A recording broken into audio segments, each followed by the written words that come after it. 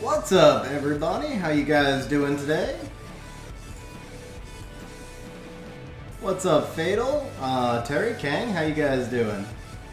What's going on, Damien? Hey, Leggy, how's it going, man?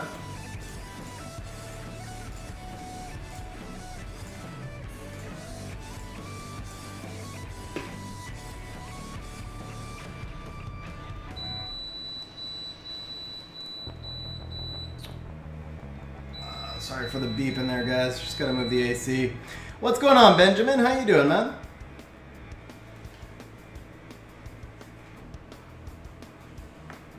You know what, Leggy? You'll be fine. No matter what, bro, you'll be fine. Like, when I had it, I had basically no problems. Like, I had a sore arm. That was it. I know some people have a sore arm. Some people get it a little bit worse. But no matter what, you're not gonna have more than a bad day. I mean, no matter what, it won't be more than like just one bad day. You go home, you go to sleep, you wake up, you'll be fine.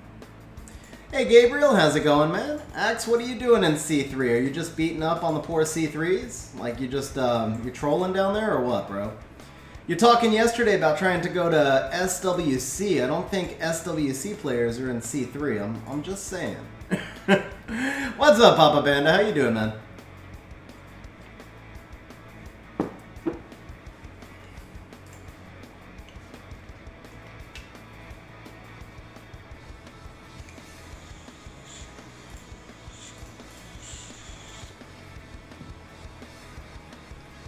I got Moderna as well, and yeah, I had like a headache for like a mild headache for about 10 minutes.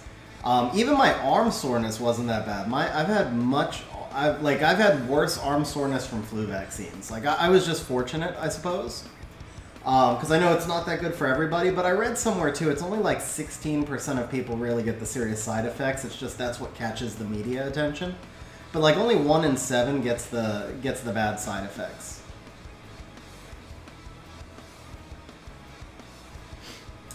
Yeah, Leggy, so they always knew they were going to need a booster. For most people, the booster is like after 8 months, but also what I read is that the booster is not supposed to be as bad as, like, the side effects from the booster probably won't even be as bad as the second shot.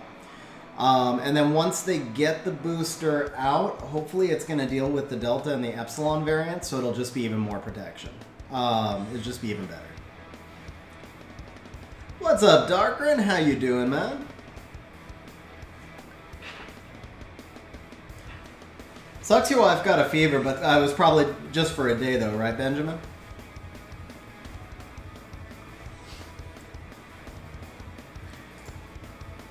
I just finished Deviling Hathor, but I haven't actually ruined her yet.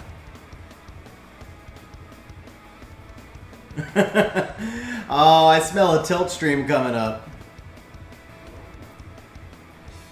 Oh, thanks for the reminder, Albert. I forgot to start the bot.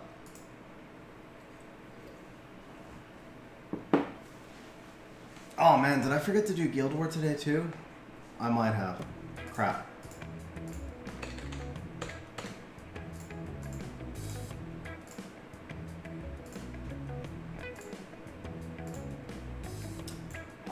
Yeah, that looks like I forgot Guild War. I haven't ruined it though, Kang. I haven't ruined it. I needed to skill up something. Well, I didn't need to, I suppose. I wanted to, but...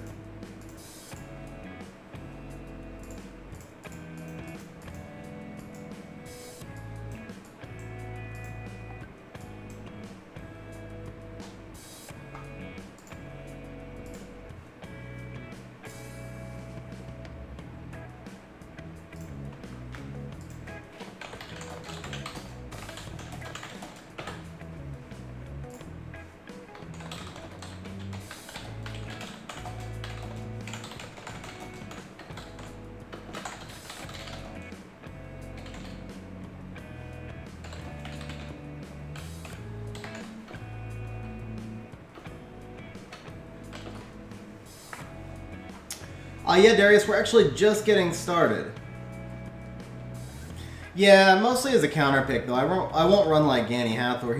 She'll just be a 5th pick. Leggy, so I always do one member stream a month. It's a benefit for members, but I decided to do, this month I decided to do it a little bit different, and I made it open to everybody so that there would be more streams for people to watch, but then we made it just a members chat. Darius, so it's actually done by drawing, but I think first today might be Pipivin if he's here, because he's doing a redemption with 40,000 points. Okay, what were we looking for? We're looking for...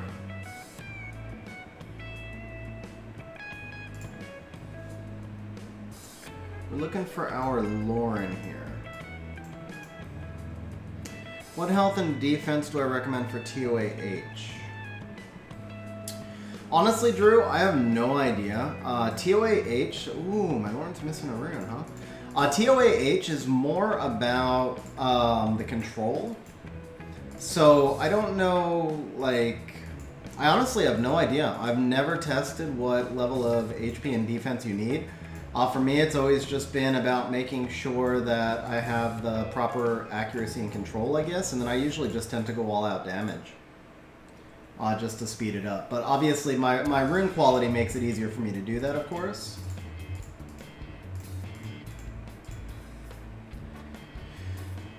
That's kind of a crappy Lauren rune, isn't it? Okay, do we have a Vile 4 here? That's also a crappy Lauren rune, but I guess it'll work.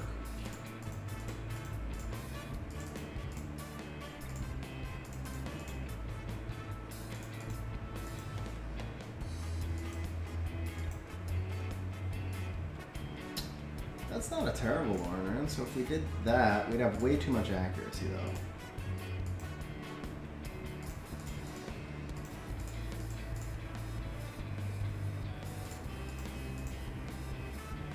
Man, I have no good runes in inventory right now. I may never use it, Kang. I may never use it.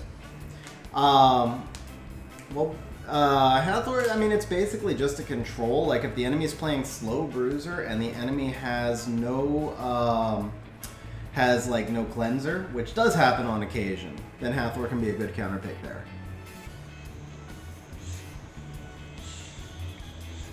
Man, I cannot fix this Lauren. I guess I just have to take her out of, I guess we just take her out of Will Runes for now. Let's see, 28, 27, 25, bam, energy, crit damage, attack, that's crit damage, HP, we don't really care about endure, swift, no. Swift, no, endure, fight. 16 speed though, that's pretty crappy. Nemesis, but 7 speed, I mean that's garbage. Huh.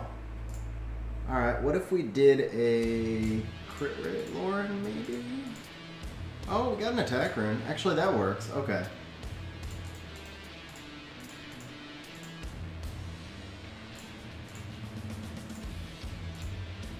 Man, my runes are garbage, guys. My runes are garbage. Wojo perk, 40,000 points to do 30 minutes of your RTA. What's up, Wojo? How you doing, man? Yeah, you got it, perk. I'm glad we were able to climb a little bit. It was fun, too, obviously. I really do, bro. I really do. I basically have stopped farming.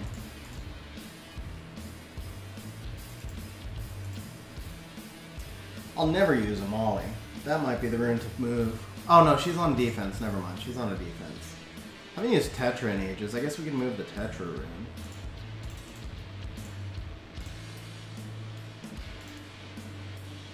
I didn't even realize Chow was ruined. Wow. Okay. Ah, there we go.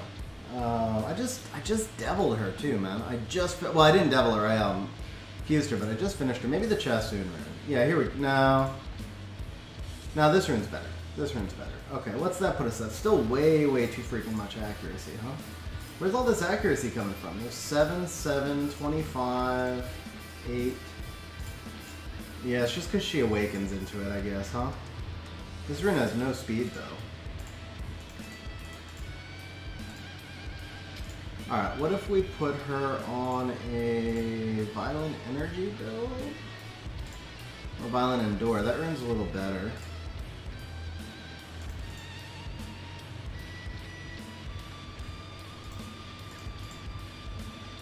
Energy, destroy energy. Okay.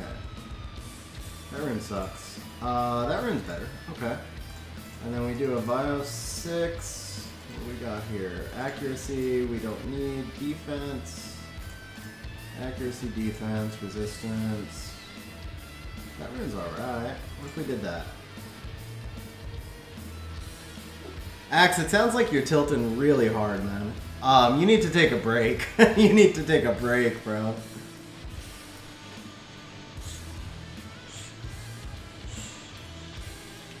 What do you think, guys? This build is, like, freaking awful, isn't it? Oh, and it's broken. Whoops. I didn't realize that. Oh, yeah, there we go. Okay. 53 accuracy. What do we have here? Skill 2 accuracy. Do I have a skill 3 accuracy here?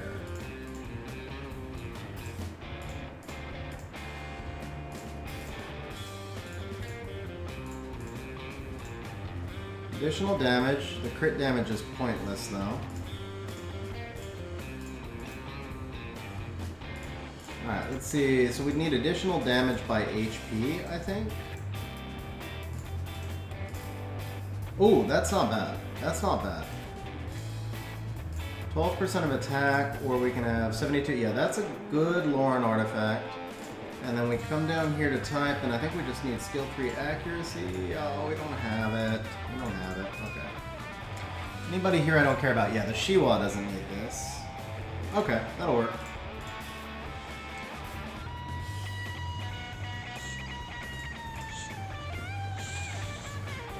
It legitimately is a leftovers build, bro. It's a garbage build, but I just had to put runes on the Lauren so I could use her. Not even will runes, man. That's shameful. Not even will runes. And this rune in particular is really bad.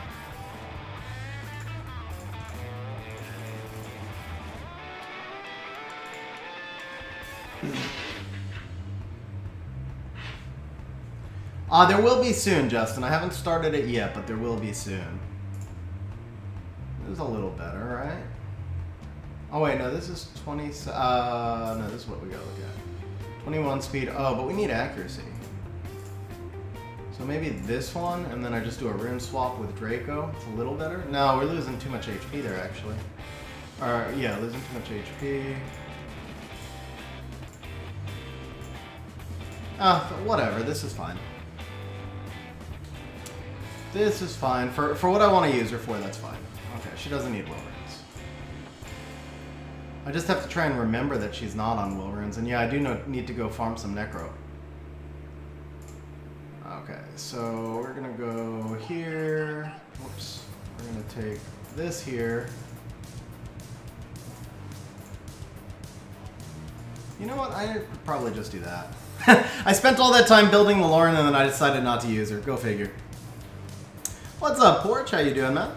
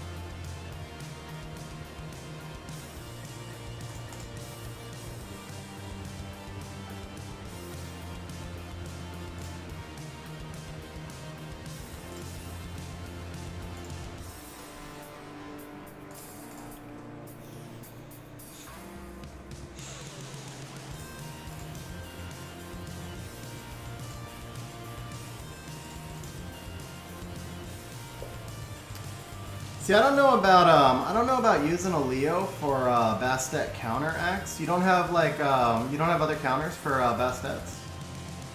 But yeah, I mean, mostly, honestly, bro, you just need a breather, man. The tilt is real. The tilt is, I can feel the tilt coming through your chat. Yeah, JC, I'm gonna be auctioning off 2 helps tonight, and then we've got 1 redemption.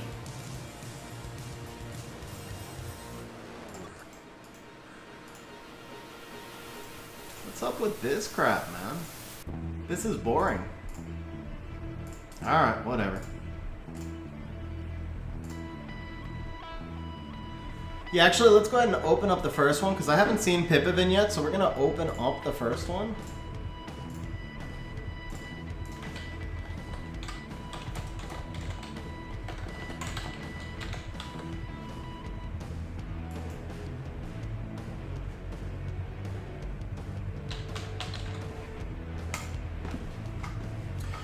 Okay, guys, so I will not be resetting the drawing. I'm going to do it this way from now on. We will not be resetting the drawing, so you can put in as many or as few entry tickets as you'd like, and we're going to be drawing from the same pool on every single drawing.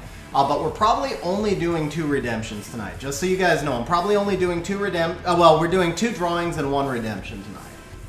So budget your points accordingly. But I think from now on we'll be doing community help this way, because we've got to find a way to let you guys spend the points also.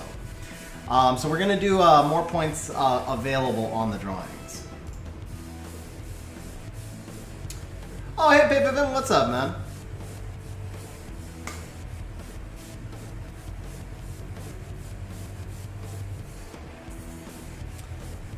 Yeah, so when they bring Bastet, I like to counter with a Triana. Hey Drew, make sure you subscribe to my second channel, XG Live, because I do repost all of the streams over there. So if you can't catch a stream, and good luck on your final tomorrow morning, by the way. Good luck on the final, but if you can't catch a stream, you can always catch the repost on XG Live.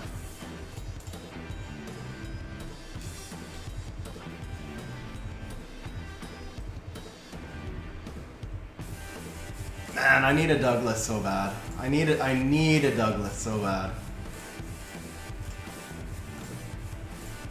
Oh, that reminds me, we can do some summons, can't we? Because I was kind of trolling around. Yeah, I only need 2 levels here, right? Okay. Let's go ahead and finish off our TOA so we can do some summons on stream. Not that this will surprise anybody, including myself, but I broke down and bought the TOA pass. I wasn't sure if I was going to do it or not, but at the end of the day, it's too good of a deal. Also, it helped that my house sold. that made it easier. I was like, okay, the house sold, I can buy the TOA pass.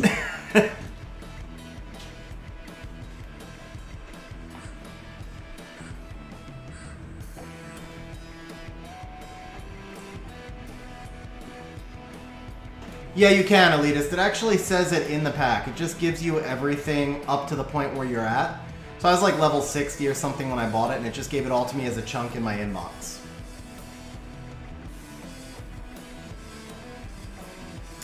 Nice, Shiki. Somebody's got to take Kang down, man. He never loses anything. So, go, Shiki. What's up, Sky? How you doing? Sky entering every drawing, and then when she wins, she's going to be like, I don't want it because I don't have an account.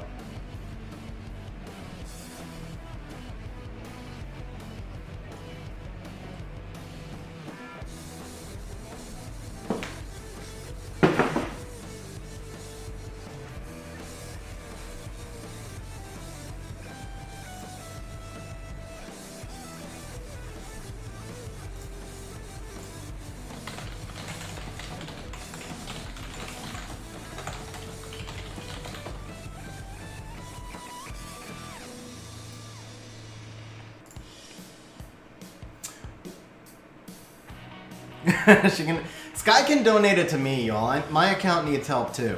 I don't even spend any time working on my account anymore.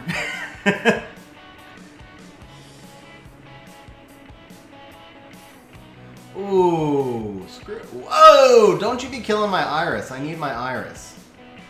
Hey, back off the iris. Back off the iris, okay? There you go. There you go. Probably should have changed comps for this one.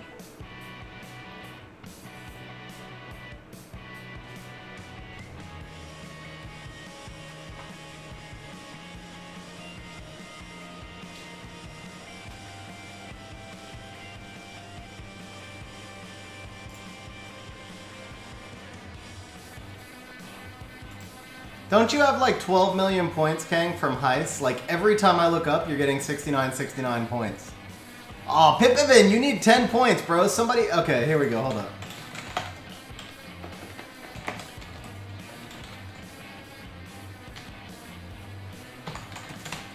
Alright, Pipivin, check your points again, bro. Check your points. You should now need 69 to level up.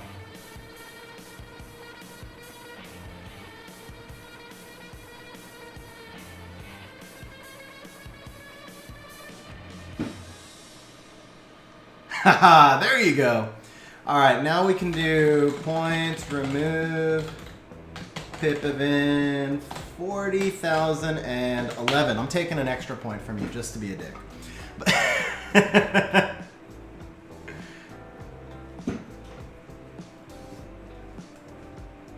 Alright, Pipivin, actually, if you want to send me your account info, we can get logged into your account now. So, for the first, we're still doing 2 drawings, guys. We are doing 2 drawings tonight, but Pipivin is doing the first one as an account redemption. He's spending the 40,000 points. What's up, Astro? How you doing, bro?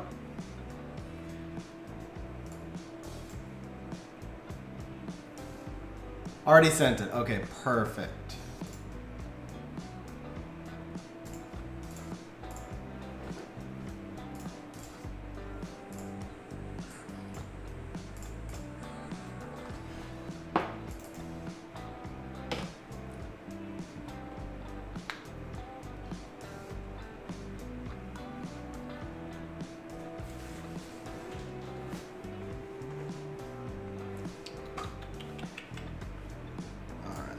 Here we go.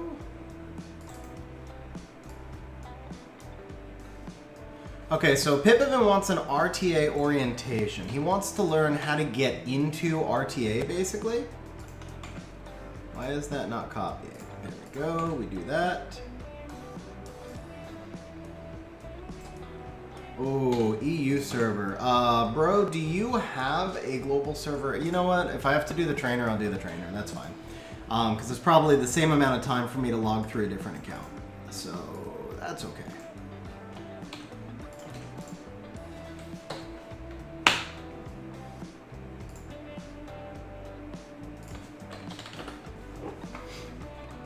Akium, yes, this is help for any viewer, but it's done through a drawing. So let me show you the drawing status right now. Basically, you can put in the points that you've earned on stream. And you know what, guys? Here's what we're going to do. How many likes do we have right now? Okay, guys, we're at 12 likes right now. So, guys, if you're enjoying the stream, or even if you freaking hate the stream, but you just want to see the channel grow, or even if you're just bored and your fingers twitchy, click that like button, turn it blue. And what we're going to do here is, in a minute, I'm going to give you guys all 20 bonus points for every like that we have on the stream, and that way you can use those points to enter into the drawing. So if you're new to the channel and you don't have points, this way you can at least get some points into the drawing. So smash the like button, turn it blue.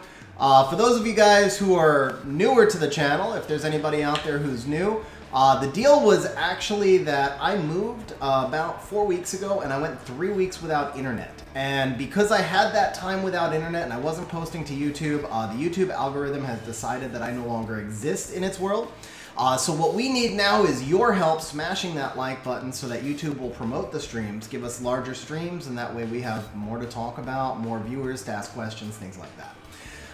So there's my pitch, and what's up, Rahul? Long time no see, man. How you doing? Axe, you're losing an RTA for winning points on the stream. All right, so Axe, start losing points on the stream, and you'll pull back up in RTA. What's up, Miku? How you doing, man?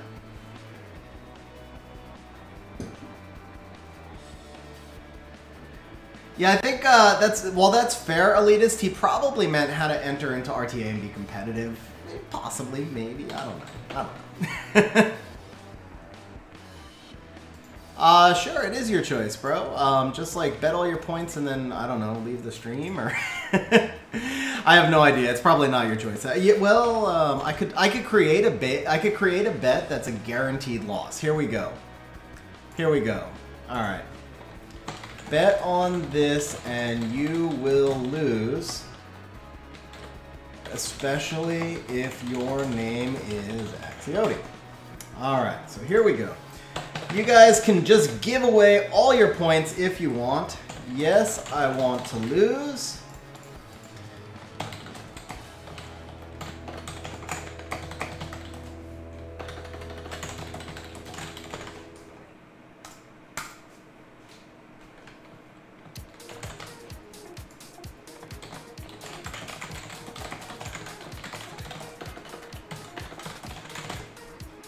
There you go, Axe. Now you can have a guaranteed loss. Now you can have a guaranteed loss.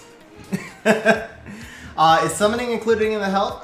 So Albert, if it's a small summoning session, we can definitely do it. If it's a larger summoning session, I normally like to schedule that on its own stream. But we could probably, I mean, unless you know, if it's like 1,000 scrolls or something, then yeah, I wouldn't be able to do that because that's a few hours. But you know, if it's a smaller summoning session, I could definitely do that as part of the account help if you win.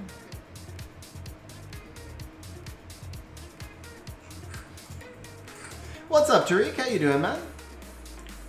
So Rahul, there's actually a command you can use to do that. It's !give.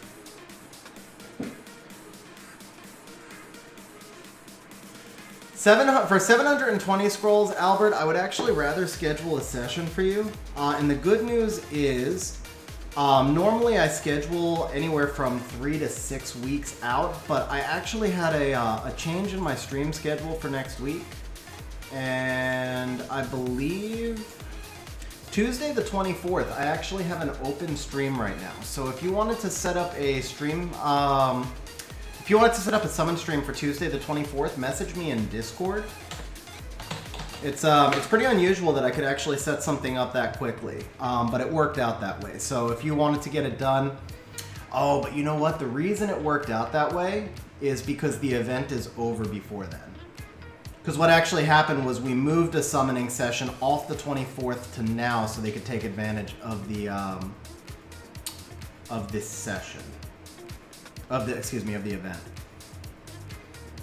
Okay, well, message me in Discord and we'll see if we can figure it out. In the meantime, if you win the drawing, I'll do as many summons as I can in 30 minutes to an hour. I mean, we can speed summon if you want to. So let's see if you win the drawing, we'll see what happens, and if not, just message me in Discord, we'll figure it out. Itomiko says, what kind of background is that? Did you change your location now? I miss Shaki, but I do not miss XG. Okay, so what happened is I moved about a month ago. I bought a new green screen because in my old home, I actually painted my wall green. Well, I bought a green screen in my old home. And then after I bought the green screen, it sucked. And so it didn't work for me, so I actually, I gave the green screen away and I painted my wall green, and so when I moved, then I didn't have a green screen anymore. So I ordered a new one. I bought it. Oh, this team can't win probably, huh? I meant to change teams. So I bought the green screen, and for whatever reason, I got an email saying they tried to deliver it 3 times and that they couldn't successfully deliver it or something like that. So I just had to reorder another one. It's going to be like another week and a half now before I actually get the green screen. So right now, you guys are literally just looking at a white wall behind me. But I do have a green screen on order. I also have rugs on order, so I know the audio is a little echoey right now. It's because I'm in a room with 15-foot ceilings and laminate floors.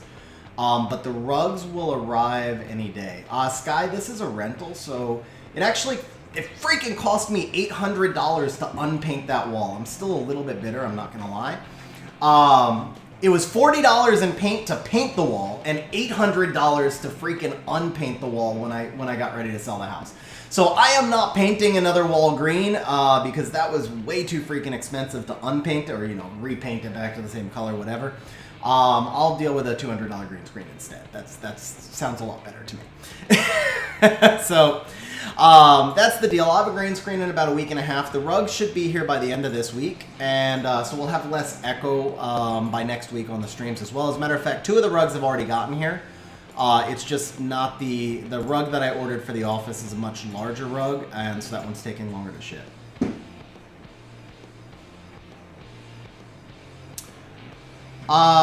So first of all, I do remember you, bro. And second, I look like I'm stressed or losing sleep, huh? I have definitely been working too much for the last year and a half. I will say that. And then the move was an international move, and the move was not easy. I will admit, Probably I mean, it's the pandemic year. Everybody's been stressed. But yeah, the last month was maybe a little bit stressful. But we're getting back there. We're getting back there. My house selling today, officially sold today, was huge for me. So most of the move went on credit cards. I'll be really glad when the credit cards are paid off. And I haven't carried a credit card balance in so long. But yeah, we're getting there. We'll be less stressed soon. Devin, I moved from California to Mexico, so I'm right south of the San Diego border. And Itamiko, the reason I moved was it's a long story. I don't want to bore people who have heard it before. The shorter version is basically I just needed a change, man. I lived in a city where I didn't know anybody, and I moved there at a time when I was married, and honestly, I moved there at a time when my mother was ill and needed somebody to live nearby to take care of her. And I've been separated for years, and my mother passed about a year ago. So during the pandemic, what happened is I wound up in a city where I knew nobody, and I worked from home. I had no friends nearby. I have 2 very old dogs that can't be left alone for long periods of time, and I basically just wound up stuck in my house for like 18 months. And I sat at a chair for 18 hours a day and did nothing but gain weight. And I was like, all right, so I need a change. I need to, first and foremost, I need to take care of my health.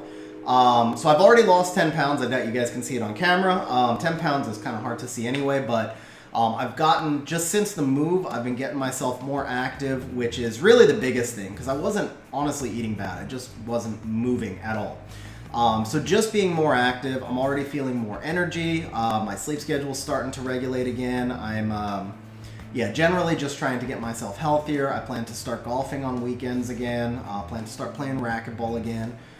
Just getting out of the house. And so I've got a lot of friends down here on both sides of the border that I'll be able to kind of get out and do more things with. I've got people to watch the dogs if I want to travel, which is a big deal for me. And in the meantime, I'm working on improving my Spanish. I mean, I've only been down here for a month. But shockingly, so today I had to take a 2-hour Uber ride to go pick up another car from my old house. And my Uber driver only spoke Spanish, and I was able to hold a conversation for almost an hour. Now, my accent is shit. My accent is terrible, and my vocabulary is very limited. So she was intelligent enough to understand my pathetic manipulations of the Spanish language. But even so, I held a conversation for an hour in Spanish. That was a milestone for me. So yeah, and that's part of the benefit of the move too. Be able to learn a new language, get to know the culture a little bit more, things like that. So, Pipavin, they actually accepted the higher counter offer, bro. I got 5,000 more than I was hoping for, and no appraisal contingencies, man. It was awesome, bro. It's really awesome. I'm super stoked. It was like best case scenario.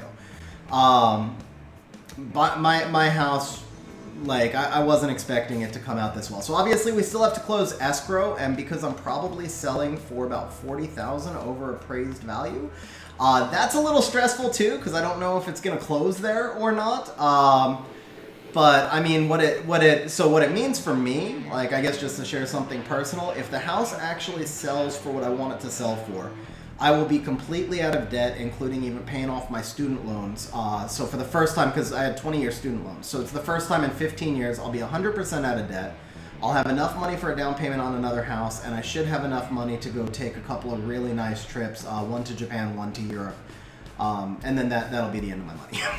But I'll have everything that I've worked towards, man. Seriously. I've been wanting to go to Japan forever, so I'll be going to Japan at the end of next year for probably a good 2-week trip. Probably taking a trip to Cancun in about 6 months, and then probably going to Europe early next year. So that's kind of what it meant for me, that the house closing at that rate. These will be the first.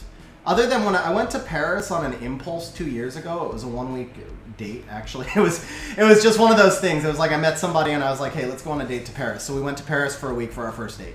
But other than that one trip, which was 6 months before the pandemic started. So yeah, it was 2 years ago this month, actually. I hadn't really gone anywhere in like the last 10 years. All I've done is work. So this will be like the first time really in 10 years that I'm not just working stupid amounts of hours and I can slow down a little bit. All right, let me get caught up in chat. I gave you the longer version, but at least I went in a different way than I've gone in previous streams, so I'm not too repetitive. So Devin, I have been to Vancouver once. It was about 6 years ago. Vancouver, I thought was beautiful, bro. Absolutely amazing, but definitely out of my price range. For what I was trying to accomplish, which was basically getting myself into a place where I could live in a house that I enjoyed, but still have a more active lifestyle, be it going out several times a week, going to the bars, going golf, and all that stuff. I could not afford to keep up in Vancouver, bro. Javier, Spanish stream, give me a year at least, bro. Give me a year at least. Mi español is no. I'm not even gonna go there on stream because like. I mean, obviously, my Spanish is terrible. If I'm talking to somebody in Spanish, I'm getting better at kind of immersing myself in it. But just sitting here staring at a camera in an empty room, I'm not going to accomplish that. Michael, thank you for the congrats, man. Really appreciate that. Yeah, bro. Honestly, seriously, it's the thing. I think the thing that irritated me the most is it's not like I was pigging out on junk food for the last year. I gained over 35 pounds since I started YouTube. I gained 35 pounds during the pandemic, and for the most part, there was no junk food. There was no fast food. I didn't go out to eat. Like I lived on a freaking diet of cheese, vegetables, and protein, and gained 35 pounds. And it was literally just because I sat in a chair 18 hours a day and did nothing. So it was completely my fault because I was inactive. But I kind of felt robbed. Like, why couldn't I at least get to pig out for a year if I was going to go through all that weight gain? So let's see. So Damien speaking. Also, that's awesome that you speak Spanish, bro. Pipivin, I really appreciate that, man. That's awesome. Astro, I'll tell you when the dates are. I think we might be looking at December, actually. X-Corre, which is an... bro, Astro, actually message me in Discord because you would love this resort. And you would love this resort. Let me give you some info on it because I also have a hookup on it. So if I'm looking for recommendations on places to go in Europe, Innsbruck, Austria. So Justin, my first year, I actually was supposed to go to Europe. When was it? I was supposed to go to Europe April of last year. I had paid for the entire trip. I lost everything I paid for, of course, because of the pandemic. And my airfare was booked on Norwegian, who has given me a credit, but Norwegian also pulled out of the U.S. market, so I can't fly on them. So I still have I have a $2,000 credit for an airline that no longer flies in the U.S. Woohoo! You know. But I'm probably, that trip was already planned out and everything, so I'm probably going to redo that trip, which was going to be 2 days in England, a week in the Netherlands, where I have some friends, so I was going to be able to stay with friends and kind of hang out with people. And then a day in Brussels, and then finish off with 3 days in England and fly home. So that's kind of what I'm thinking as for my first trip. And then my second trip, I'd want to do something like Italy, Austria. I'd want to do... well, Italy and Austria aren't that close, but I'd want to do something more like Eastern Europe. It does not, Michael. It does not, unfortunately. And airfare out of Mexico is way more expensive. I'd still fly out of San Diego. Yeah, Axe Volantis stuns a lot. Sky, so are you even in for the Mexico meetup, Sky?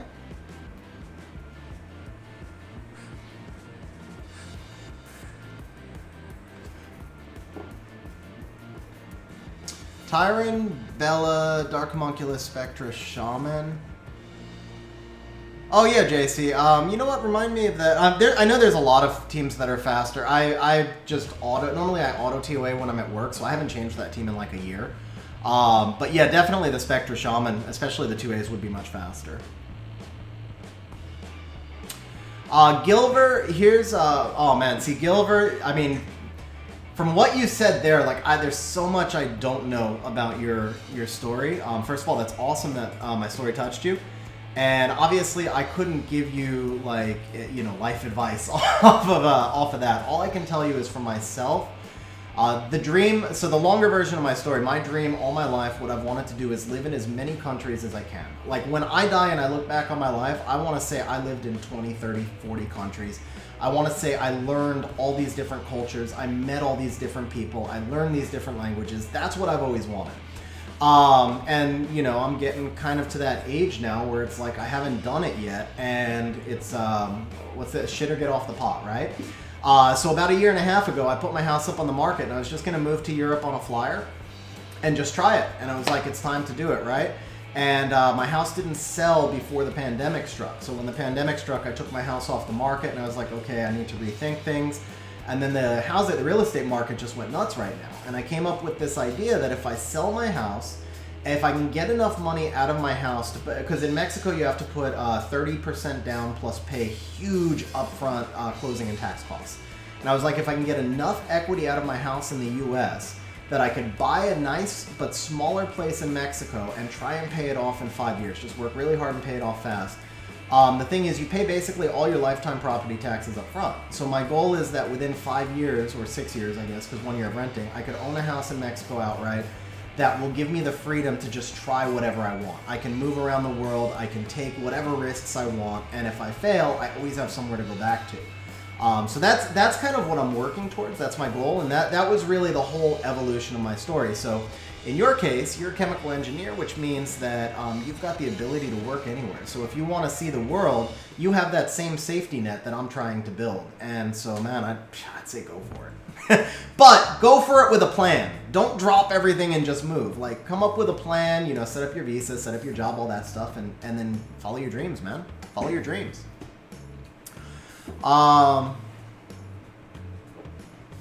right, let's see. When I die, I want an answer to why I got so many light sharks off my LDs. Eric, I don't know what you did in a previous life, bro, but I think you might have been... What kills sharks? Maybe you were a dolphin in your previous life. Darkran, have you ever had sake or Japanese rice wine? Yeah, I've had sake. I enjoy sake. I do not actually think I've had Japanese rice wine.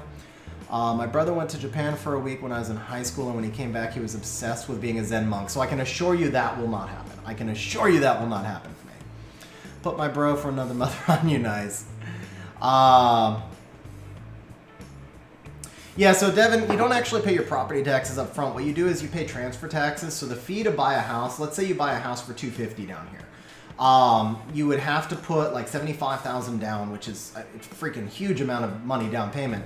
But then you would also pay, it's like 12% up front, and that's all your government and your property fees and all that stuff. So on a $250,000 house, you're paying like 35 grand up front. But then after that, your property taxes are like $300 a year. Like, even if Social Security is gone when I'm retired, which it may be, I can find $300 a year. I can sit out front with a coffee cup and beg for $300 a year if I have to. So it's my safety net.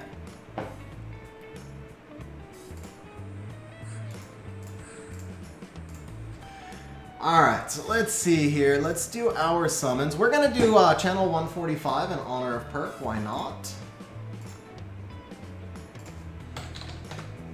All right, guys, my house sold today. If I'm ever gonna pull a good LD, like I still really don't.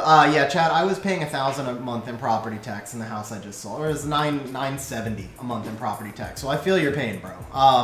My P&I was $1,300. My property taxes were $1,000. Half of what I paid every month was basically property tax. It was stupid.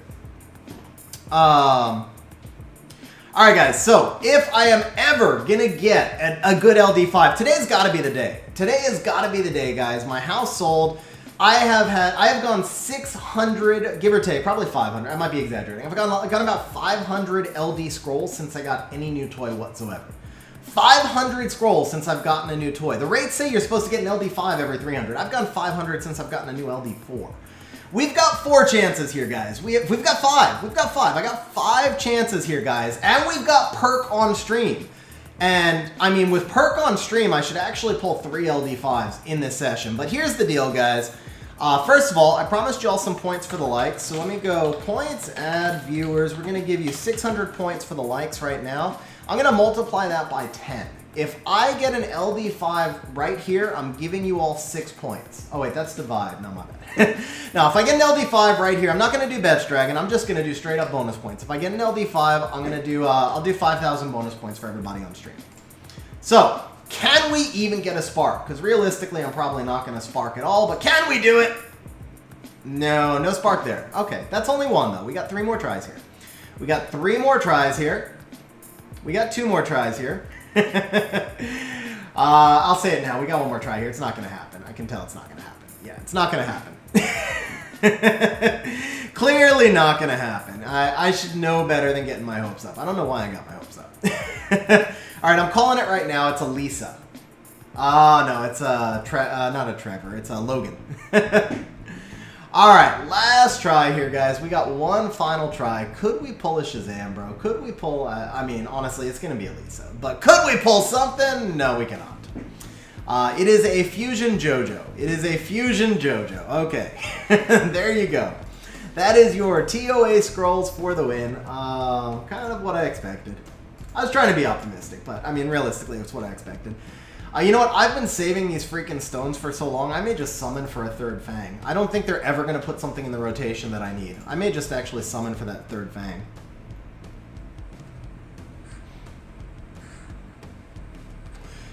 CR2 turn every turn. Recent LD5 was Jackson. Oh, I'm not even sure who Jackson is, Eric, so that's pretty bad. Yeah, Sky, I know New Jersey's taxes are pretty high, too.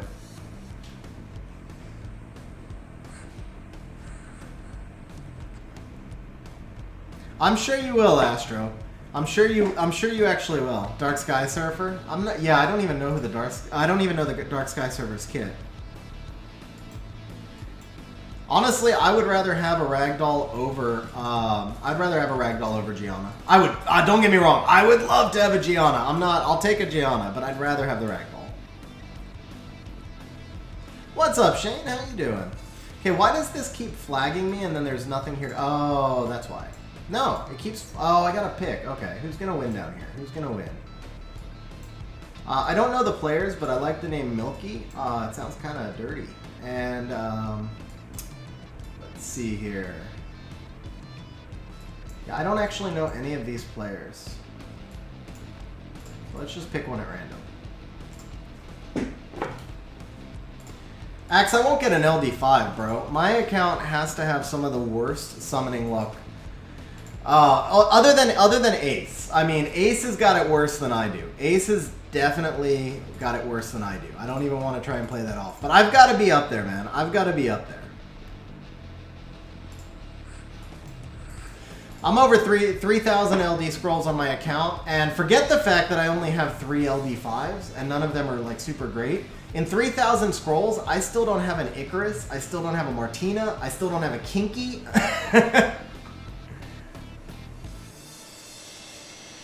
Alright, anyway, let's see. We're going to go ahead and do just 1 RTA match, and then we're going to jump over to Pipavin's account. We're going to start the account help for Pipavin, and we're going to draw our first account winner.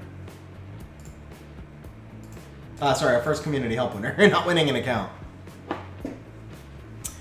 Itaniko, it seems to be. I think it has not failed since I put the Pontos in, and I'm sure that Pontos could be replaced by Freya.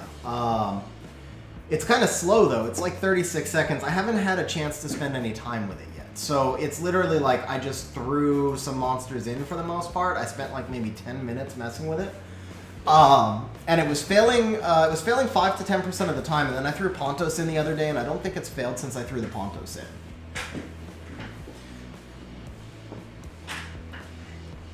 Yeah, Lulu's max res here. Here's the Molong. Here's the Lulu.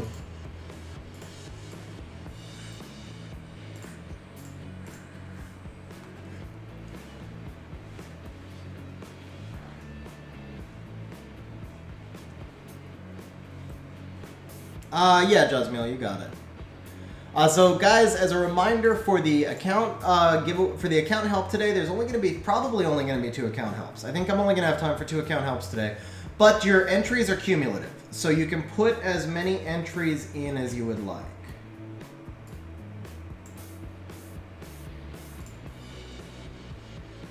That's really tempting.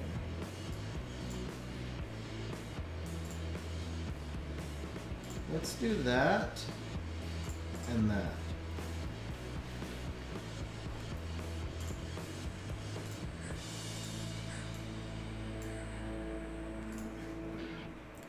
That'll be max. That'll be max. That could be low though, so the res lead could help. The res lead could help. I think I lose this one though. I was talking in chat and I had kind of, well, I don't want to blame that one on chat. I think I just had a bad draft. I think I just lost to the draft. No, you cannot win both drawings. If you win the first one, your name's automatically pulled out. Sky, the Mexico meetup is probably going to be in October.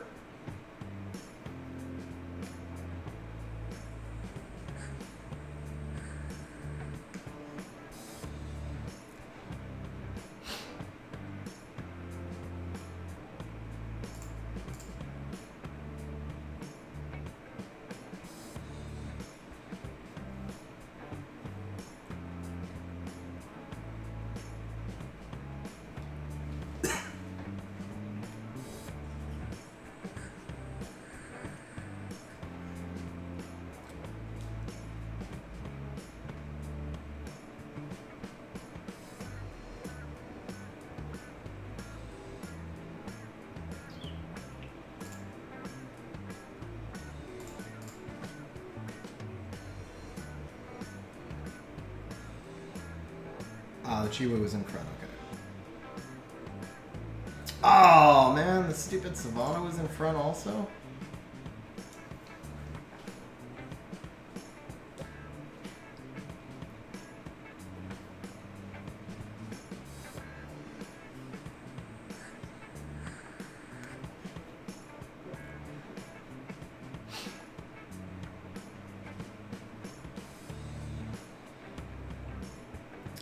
Challenge option. I think that one might be. Do you have 50? You should have. No, you should have plenty of hours for Rezar. I actually don't know.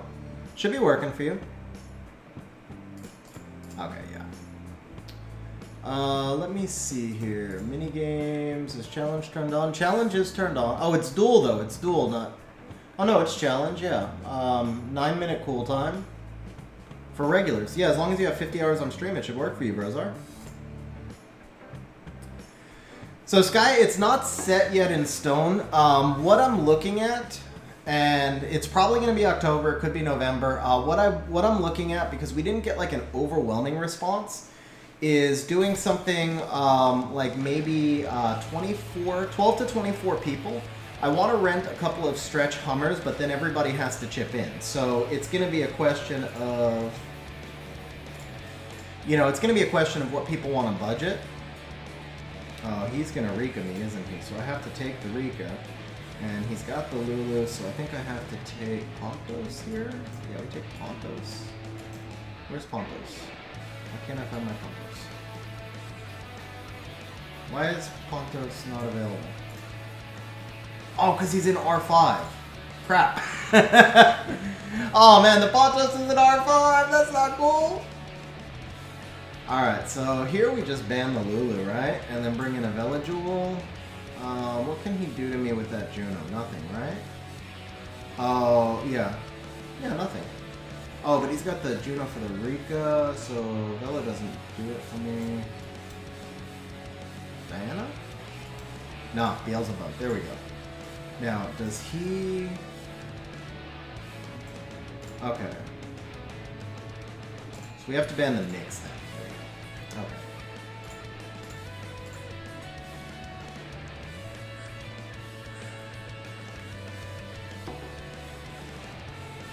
But yeah, so Sky, what I'd like to do is like a weekend meetup in Valle de Guadalupe, which is Wine Valley. Rent a couple of stretch Hummers to take us all down there, do like a Wine Valley tour, and then spend a night or two at a really nice hotel out in Ensenada. That's the goal.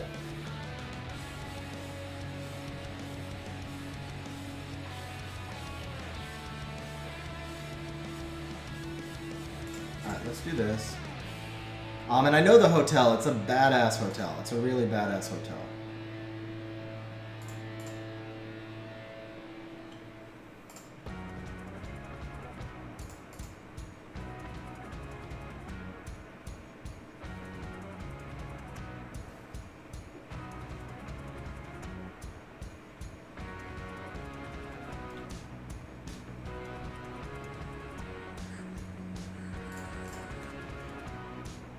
Are you kidding me? He landed 0. He freaking landed 0. Nice. Really nice. And that Juno's in front too, but that's okay. At least we got some dots on the...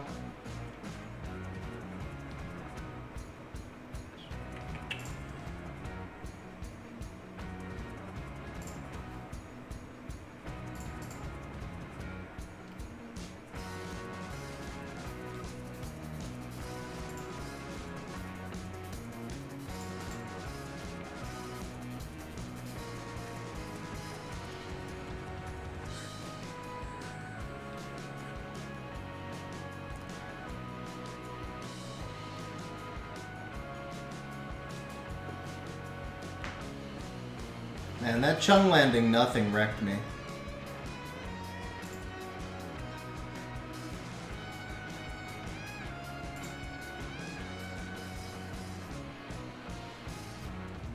And that's match, right? Yeah, he's in front, yeah. Yeah, that's match. Literally did not land a single thing.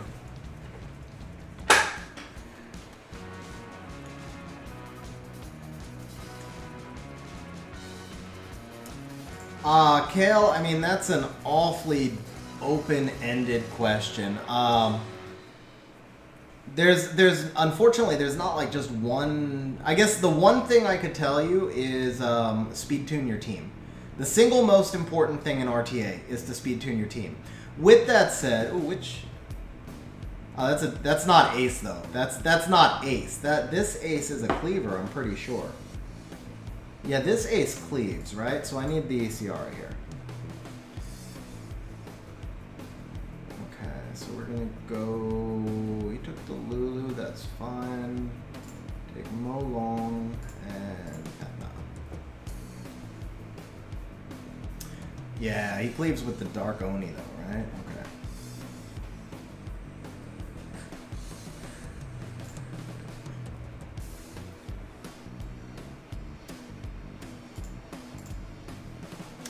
What's up, Ace? How you doing, man? Yeah, this ace has the Dark Oni, and what you would do with the Dark Oni is not fair.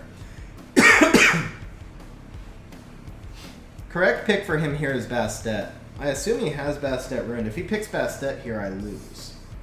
Kali is close enough. I told you I face a lot of Kalis, man. Told you I face a lot of Kalis. Yeah.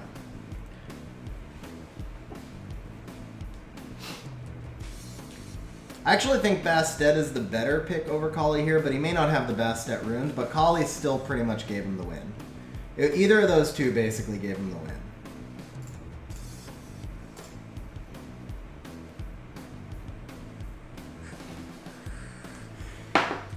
Kale is actually, so we have, I don't know if we have any mods on stream, because Kale, I've done a video on speed tuning. Speed tuning is basically making sure that your monsters act in the order you want them to act and that their speeds are really close together so that the opponent doesn't get to cut in the middle.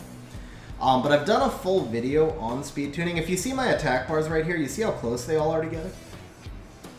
So all of my monsters are going to act in the order I want them to act in. And they are going to, they're going to usually not get cut. This time we got just unfortunate that he's running in the same speed range, and also that the, can I kill this? We're going to try. Oh, that resistance. I mean, the Lulu cleanses anyway, so I guess the resistance means nothing there, right? Yeah, the resistance means nothing. Do I go all in here? No, not yet. We gotta take our lumps right here. Lulu still would have to go S2 immunity and opens up the Lulu to a bomb. Nope, that's game right there actually. That's too much damage.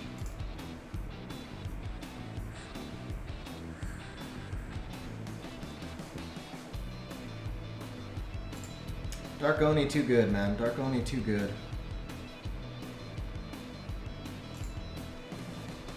Not yet. Not yet. We gotta have some patience. Alright, let's try it. Nope. I knew it. Okay. That was honestly my only chance, though. That's the only way I have a chance right there, is if I get that kill. So, I think it was the right play. I didn't think I would have enough damage. Beelzebub just doesn't really do that much damage, but I still think it was actually the right play. Alright, Darkrun, have a good night, man. Alright, I got absolutely wrecked there, so definitely time to take a break. That was a brutal session.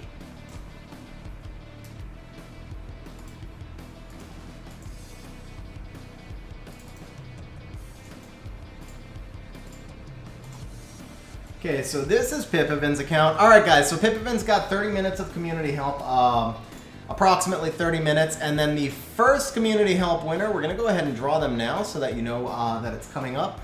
That person is going to be, drumroll, Damien. Damien, congratulations. You are going to be the first community help winner after this. So if you can send me your info, or yeah, basically. So Damien, if you can send me your info in Discord and then send me a description of what you'd like me to do, that way I can switch over to your account after Pipavin's. Chiwu is 275, follow-up is 250. Yeah, so the only problem you run into there, Kang, is when the Chiwu obviously doesn't get the pushback. Put 100 res on my monsters and it's useless. Okay, let me drop a couple of...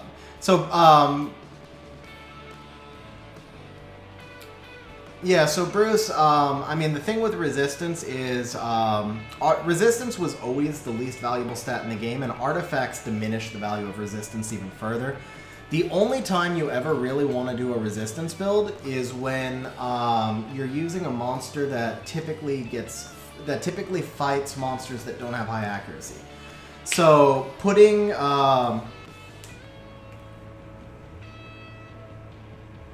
Saturday Wojo? We don't have one this Saturday.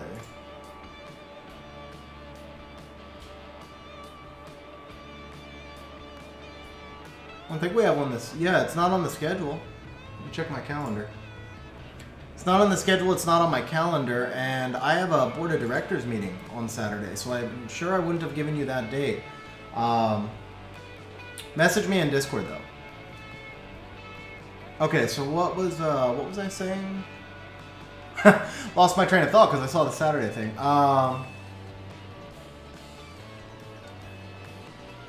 Vrozar, yeah, Vrozar, you maxed out the points, but Vrozar, your points aren't gone yet. I still draw from the same same pool for the next one.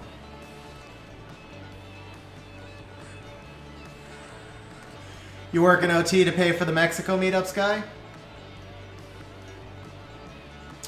Alright, man, I totally lost my train of thought. Oh, so Resistance. Okay, so it was Resistance and Speed Tuning. Alright, Vrozar, have a good night, bro. I guess you did lose your 23k points. Alright, so here's what I was going to do. I was going to get a couple of links for you guys that have asked questions about some of the game mechanics. So bear with me for just a moment. I'm going to get you a couple of links, and then we're going to start Pipavin's... We're gonna start Pipavin's account help here. Vrozar, you know I've never done that because what happens is that I have to do it for everybody, and it becomes an administrative nightmare with scheduling. Okay, so Kale, regarding speed tuning, I just dropped a link for you into stream. That is a video I did on speed tuning a long time ago that explains how speed tuning works. Regarding accuracy, the video I did on accuracy was a very old video, and honestly, it probably does need to be updated because the thing is, artifacts diminish the value of resistance even further, but the mechanic still works exactly the same. So I just dropped a link into chat for the resistance video, and then I think there was one other, RTA. So for RTA, I've also got, I've got several videos for RTA, but I'm gonna drop links to a couple of the more recent ones for you guys that talk about really pick and ban phase, and if you just kind of put speed tuning together with pick and ban, you're gonna improve quite a bit. So, no, not that one, not that one. Here we go. Okay, so here is a link for RTA team building from scratch. And then I think the team building from scratch is really the one that you want. Okay, so there are the links. All right, guys, so we are on Pipavin's account right here. And let me get the updated info that you sent me. Okay, pepper the builds from Siege. Our team will give some tries. Nothing tuned.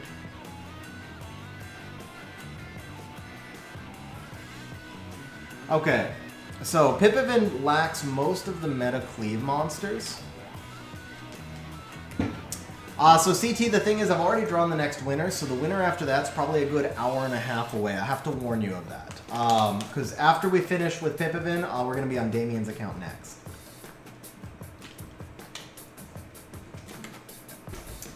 Axe, no, bro, you need to take a break. You just watched me get wrecked also. I lost every wing I did on stream, man. It's just not the right day. Take a break, bro. Go farm some R5. That's what you need to do, is go farm some R... Or go do your TOA. Like, something just to get you out of there. Alright, so here's how I do. For an account help for somebody who just wants to kind of get into it, Pipavin hasn't really built his account yet. So what we're going to do is we're going to start here from scratch. We're going to go through your account. The first thing we're going to do is mark every single monster that can be viable for any type of RTA team. So we're going to put every monster in your box that can be viable for RTA, all in your favorites, and if the favorites fill up, we're going to pull them out and put them in your inventory here. Then we're going to look at all of those monsters together. So we're looking at fewer monsters to get a better idea. And we're going to look at all of those monsters together and see what type of team we can build you where you have the best fit and the most depth. So, to start off with, Savannah, obviously a viable RTA monster. Elucia, Vigor, Lulu, all viable. Covenant's a viable counter pick, but he's not one that we need to flag right now. He's more of specifically a counter pick. The Taylor is viable, but you're not really going to build a team around him. Bulwark is obviously a great RTA monster. Blution is usable. Bastet is very usable. Chilling right now is also usable. Probably not going to build him, but we'll flag him for now.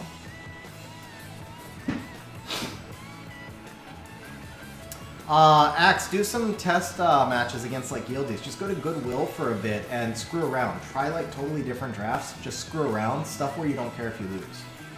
Okay, Kali is a great RTA monster. Obviously, everyone needs a Vertihile. Garo is no longer that good. The Oni's pretty much finished his stint.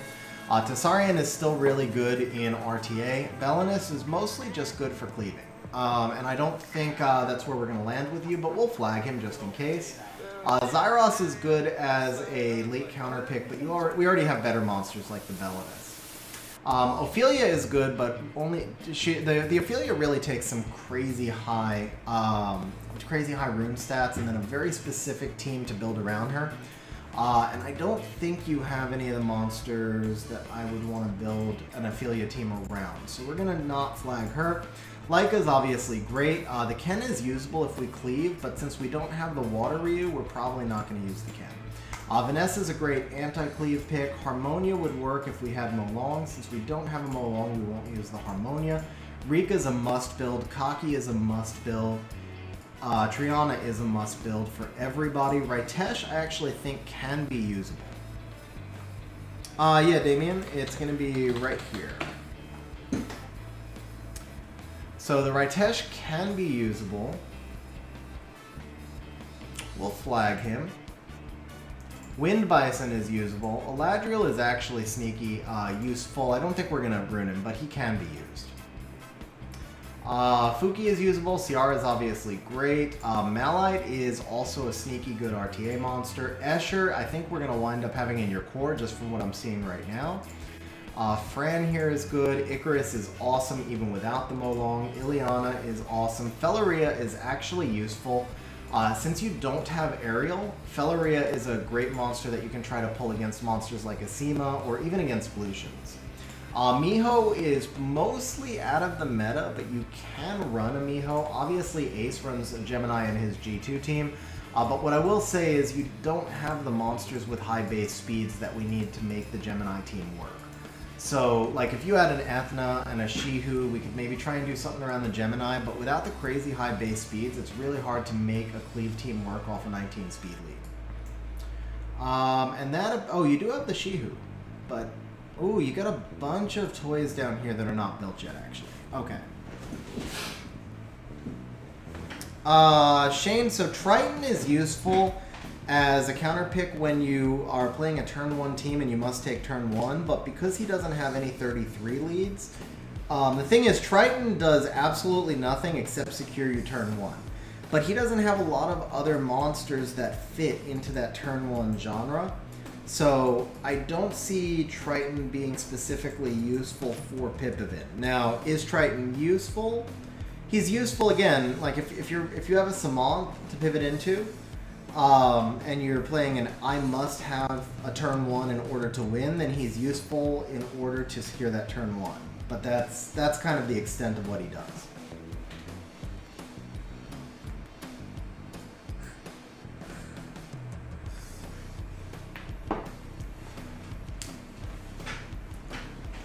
Yeah, no, of course, Shane. That's the purpose of these streams. So Godsent said, what would you think are speed ranges required for F3 like Bio, Swift, and Despair? So Godsent, the thing to remember is Fighter 3 is about half the game. It's actually stupid how they do it. Fighter 3 is literally like 50, 60, 70% of all players in RTA. It's kind of crazy. So it's hard to say one specific speed range that you want to be in Fighter 3 because it's such a broad range. Like you could be in low Fighter 3, high Fighter 3, whatever. So instead I'll tell you for Conqueror 1, you're probably going to want to be somewhere in the, you're either going to want to be like, I run at 230 and I play Guardian 1, Guardian 2 at 230 speed on Violent Will, but my monsters are super, super thick. I play really efficient slow runes and I play for turn 2. So you can do that and you don't need to have the crazy speed. You always need to be over 210 speed. No matter what, any tier that you're in, you need to be over 210 speed. Because if you play anything lower than that, you can be lapped by a 300 speed monster with a speed buff. So nothing you should... No, Chad, I play at 230 total. 230 total, bro. The fastest monster in my box is the Molly, who I'm not using at all this season. I think I literally have 100% loss rate with Molly this season. I don't think I've won a match with her. So the fastest monster that I am actually drafting right now is the Fran. The fastest monster that I have played in like ages is the Fran at 236 speed. And I'm floating around between rank 1500 and rank 600.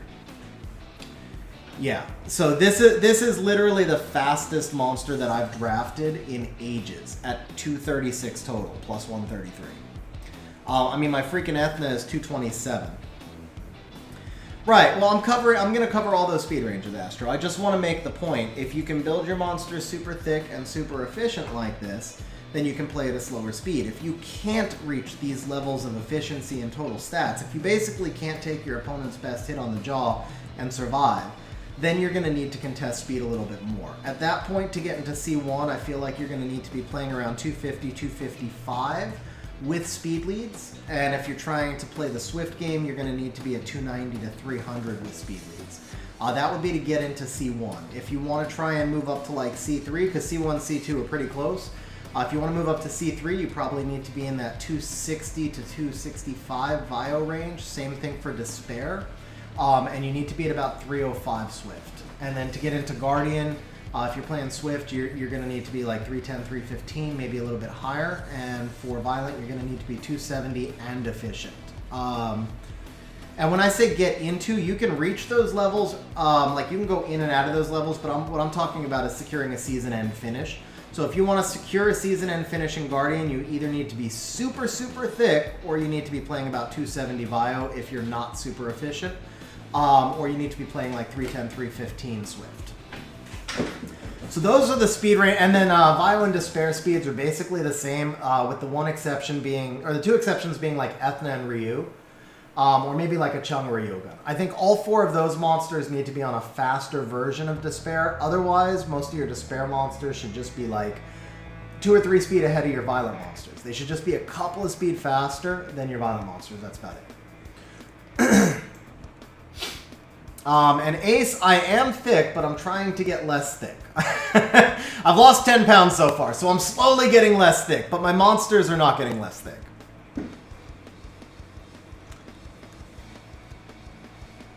And the thing is, guys, I could play 270 or whatever. I mean, like, so this isn't my fastest possible build, but I think this is the fastest monster I've ruined. But just to give you guys an idea, Like, I could play faster. So here, not him. He's slow as shit. This guy right here. So we got 286 Vio Will with pretty much all the stats that we want. I wouldn't mind having a little bit more HP on him, but I mean, you know, reasonable build. So I could play in the 270 to 290 range. I just don't enjoy playing turn 1. That's the thing. My fastest build would be my fastest build on Bastet is not like, you know, fastest build on another monster. So, for example, if you were to take my Bastet build, which would actually work pretty decently on an Ethna, I could get up to well over 330 on a, you know, using a viable, like a not a stupid build, but an actual real build. I can still get a few monsters up over 230. 330, obviously. Plus 230. Where's the Ethna? So just hot swapping the build, not actually building Ethna, but maybe changing the slot 6 so it's not resistance. We would need what? That's a Swift rune, so we go Swift, attack percent, speed, yeah. So I could do an Ethna something like this, for example. That's 329 with max crit rate, 36 accuracy, 20k HP, plus 1400 attack.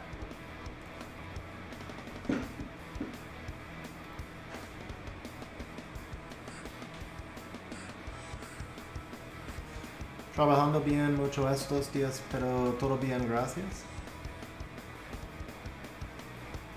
Sí, pero tu trabajo es muy bueno ahora, ¿no?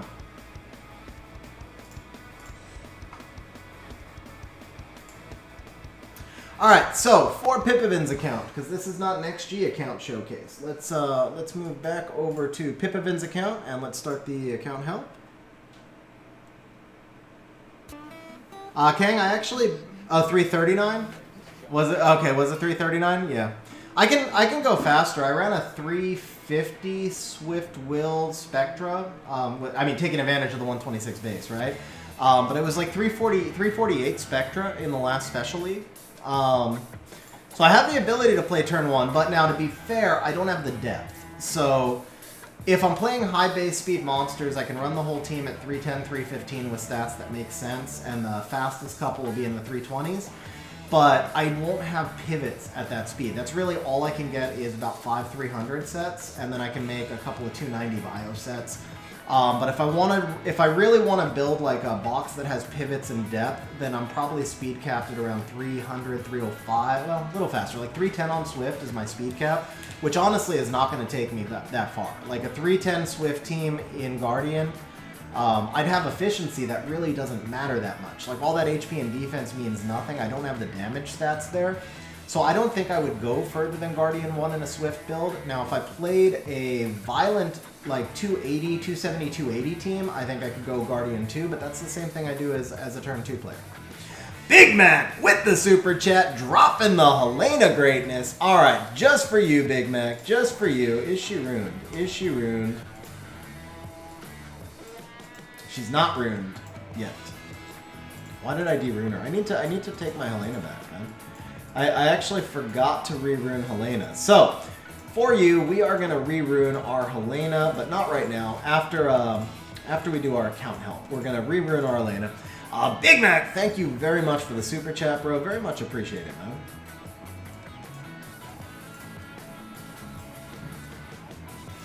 Where's Helena? Should have been up there.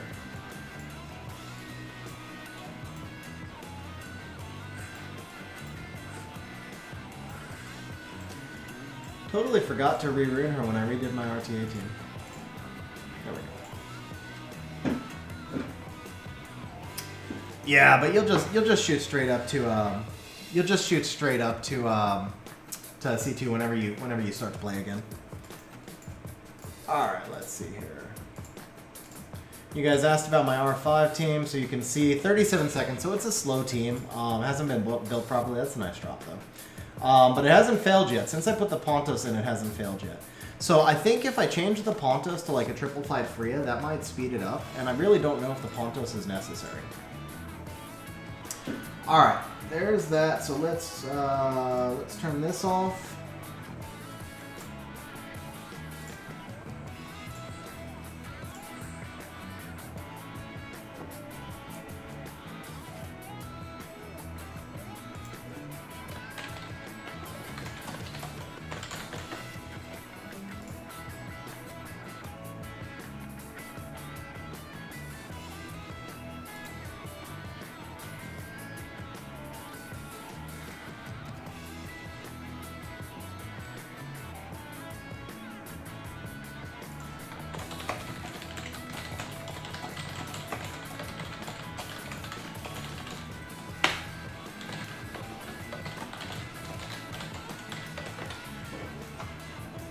Okay, so, sorry guys, just catching up on a couple things. Alright, Pipavin, back to your account help, bro. Here we go.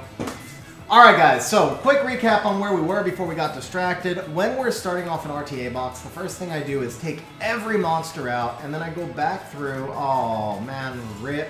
I lost everything I did, right? Okay, so I'm going to go back through. I had actually done this already, so we're going to go back through and do this a little bit quicker. I won't call out all the monsters this time. We need the Prahal, Bastet, Shihu, Bulwark. Actually, might want a Varad for your box. I'm not sure yet. Probably Varad over Chilling. No, actually, I'd rather have the Chilling over the Varad for your box. Nothing here. We do want the Kali. We do need the Verd. None of these guys. We do need the Tessa. We're probably not going to use Balinus, honestly, so we'll leave him out. We might... No, we're not going to use Ophelia, so we'll leave her out. We do need the Vanessa, we need the Rika, we need the Kaki. Double check, make sure I didn't skip anything. We may wind up needing a Chloe for you. I don't think we will, but we may. None of those for sure. I'm thinking right now we're probably going to do something around your Escher, honestly. That was what I was thinking in the first place, so let me just finish logging all these monsters out, and then we'll go to the next step. Oh, I remember what happened. I got to all those unbuilt Nat 5s. That was what it was. I got to the unbuilt Nat 5s and stopped. So let's log this box, and now let's come back down.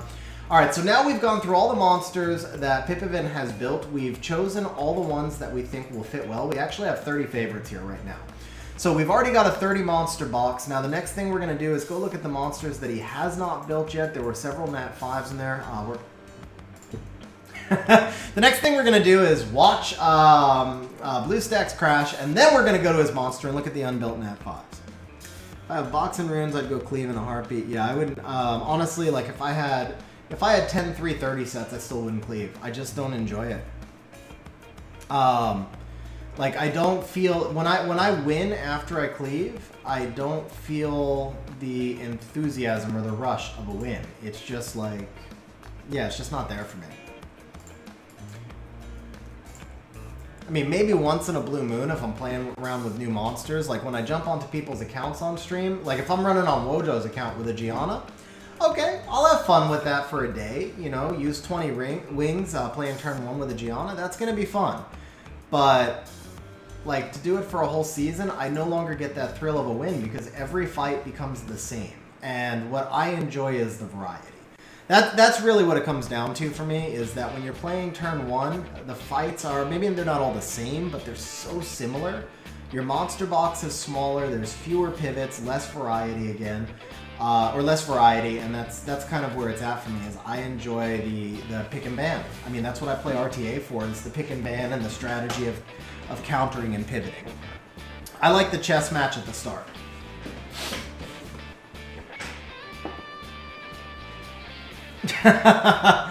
Yeah, but Axe, I feel sorry for the C2s that are going to run into you when you're off a tilt, bro. Okay, so we got our box here. Now, let's take a look. I keep getting sidetracked, so let's take a look here at what's next down here. Alright, so, of the unbuilt monsters, Chow, Josephine, Daphnis, all very viable RTA monsters. Shihu is viable RTA, but probably not for you. No, Jason, I'm not saying there's not strategy in Cleave. I'm saying it's a different strategy. The strategy in the cleave team is in the building of the team, and there is still some strategy in drafting. You still have to be able to read what your opponent's trying to do to counter you, and you still have to be able to pivot. But I'm saying that there's less strategy in the drafting because there are fewer pivots. So you're gonna see, for the most part, for example, if you have Gianna, you're gonna see the same 3 to 5 counters all the time. You're gonna see Hagen. You're gonna see people stealing your Ciara. You're gonna see Tetra. You know, and that's it. I mean, there's a couple more, but I mean, basically that's it. You're gonna see the same pivots, which means you're gonna move into the same pivots, which means you're playing a smaller monster box. The strategy at that point was in how you built your box, but there's less strategy, and there's still strategy in the draft, but there's less strategy in the draft and more strategy in the initial team comp. Swift or Despair for Varisa. 182 on Swift. Well, how fast would the Despair be, Chad? But I think I would probably say Despair because that's just too slow for Swift.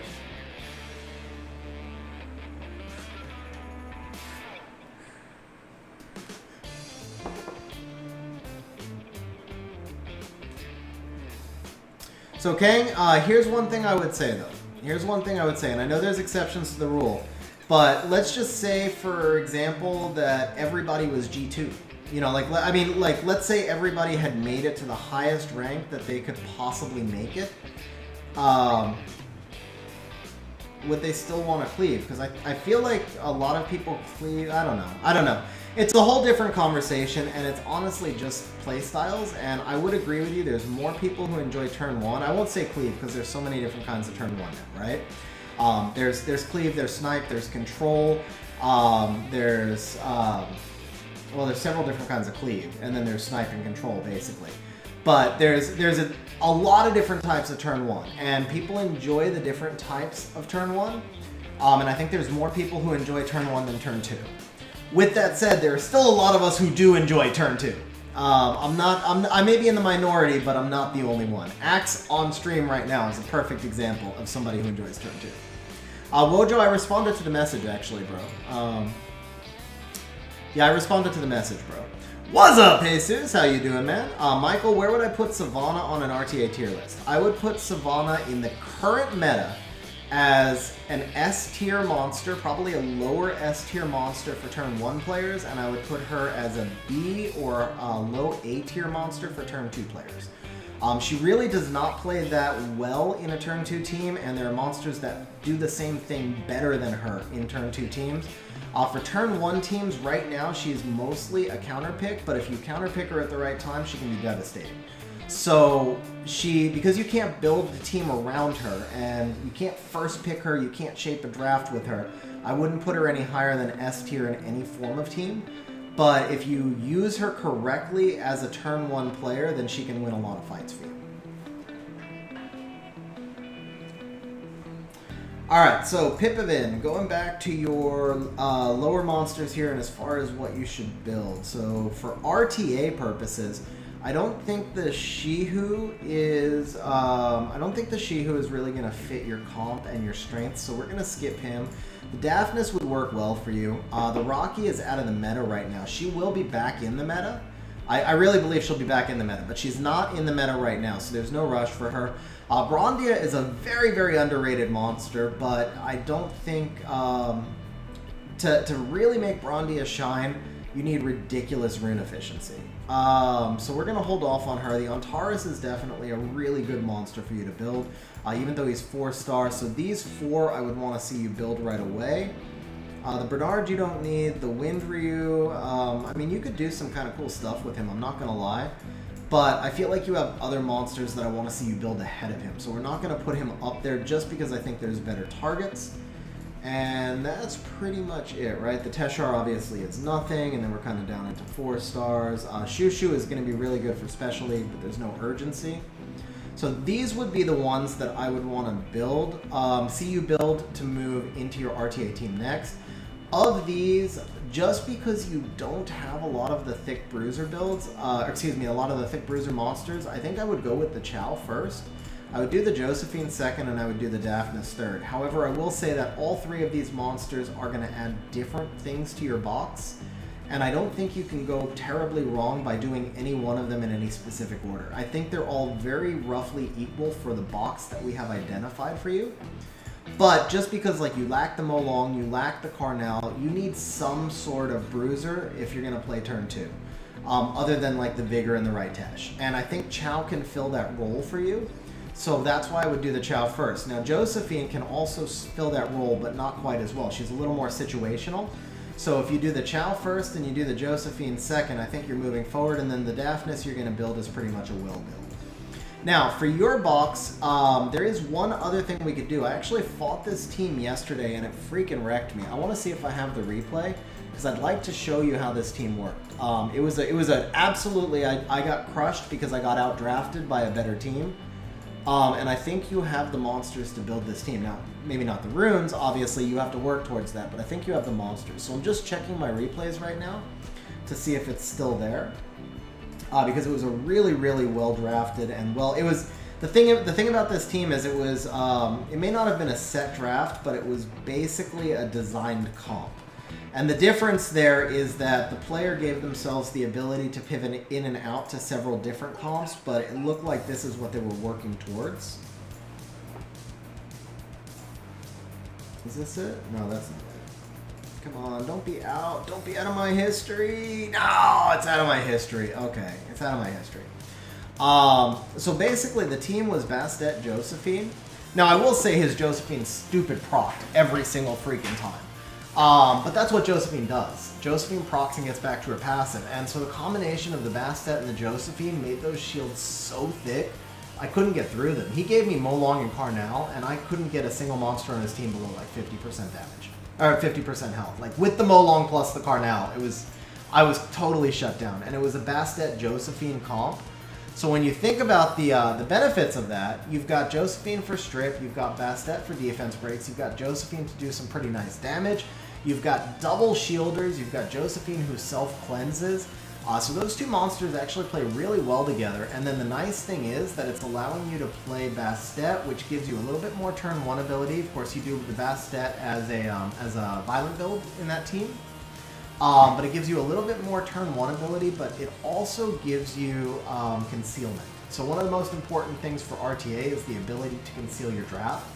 Out of your box here right now, Ciara almost has to be your first pick because she's the only monster I see right here that would really conceal a draft for you. Anything else that you pick, Kaki would be the other option, but Kaki has, he's a nat 4. So as strong as Kaki is, he's still easier to deal with than a Ciara. Ciara also gives you more pivot flexibility.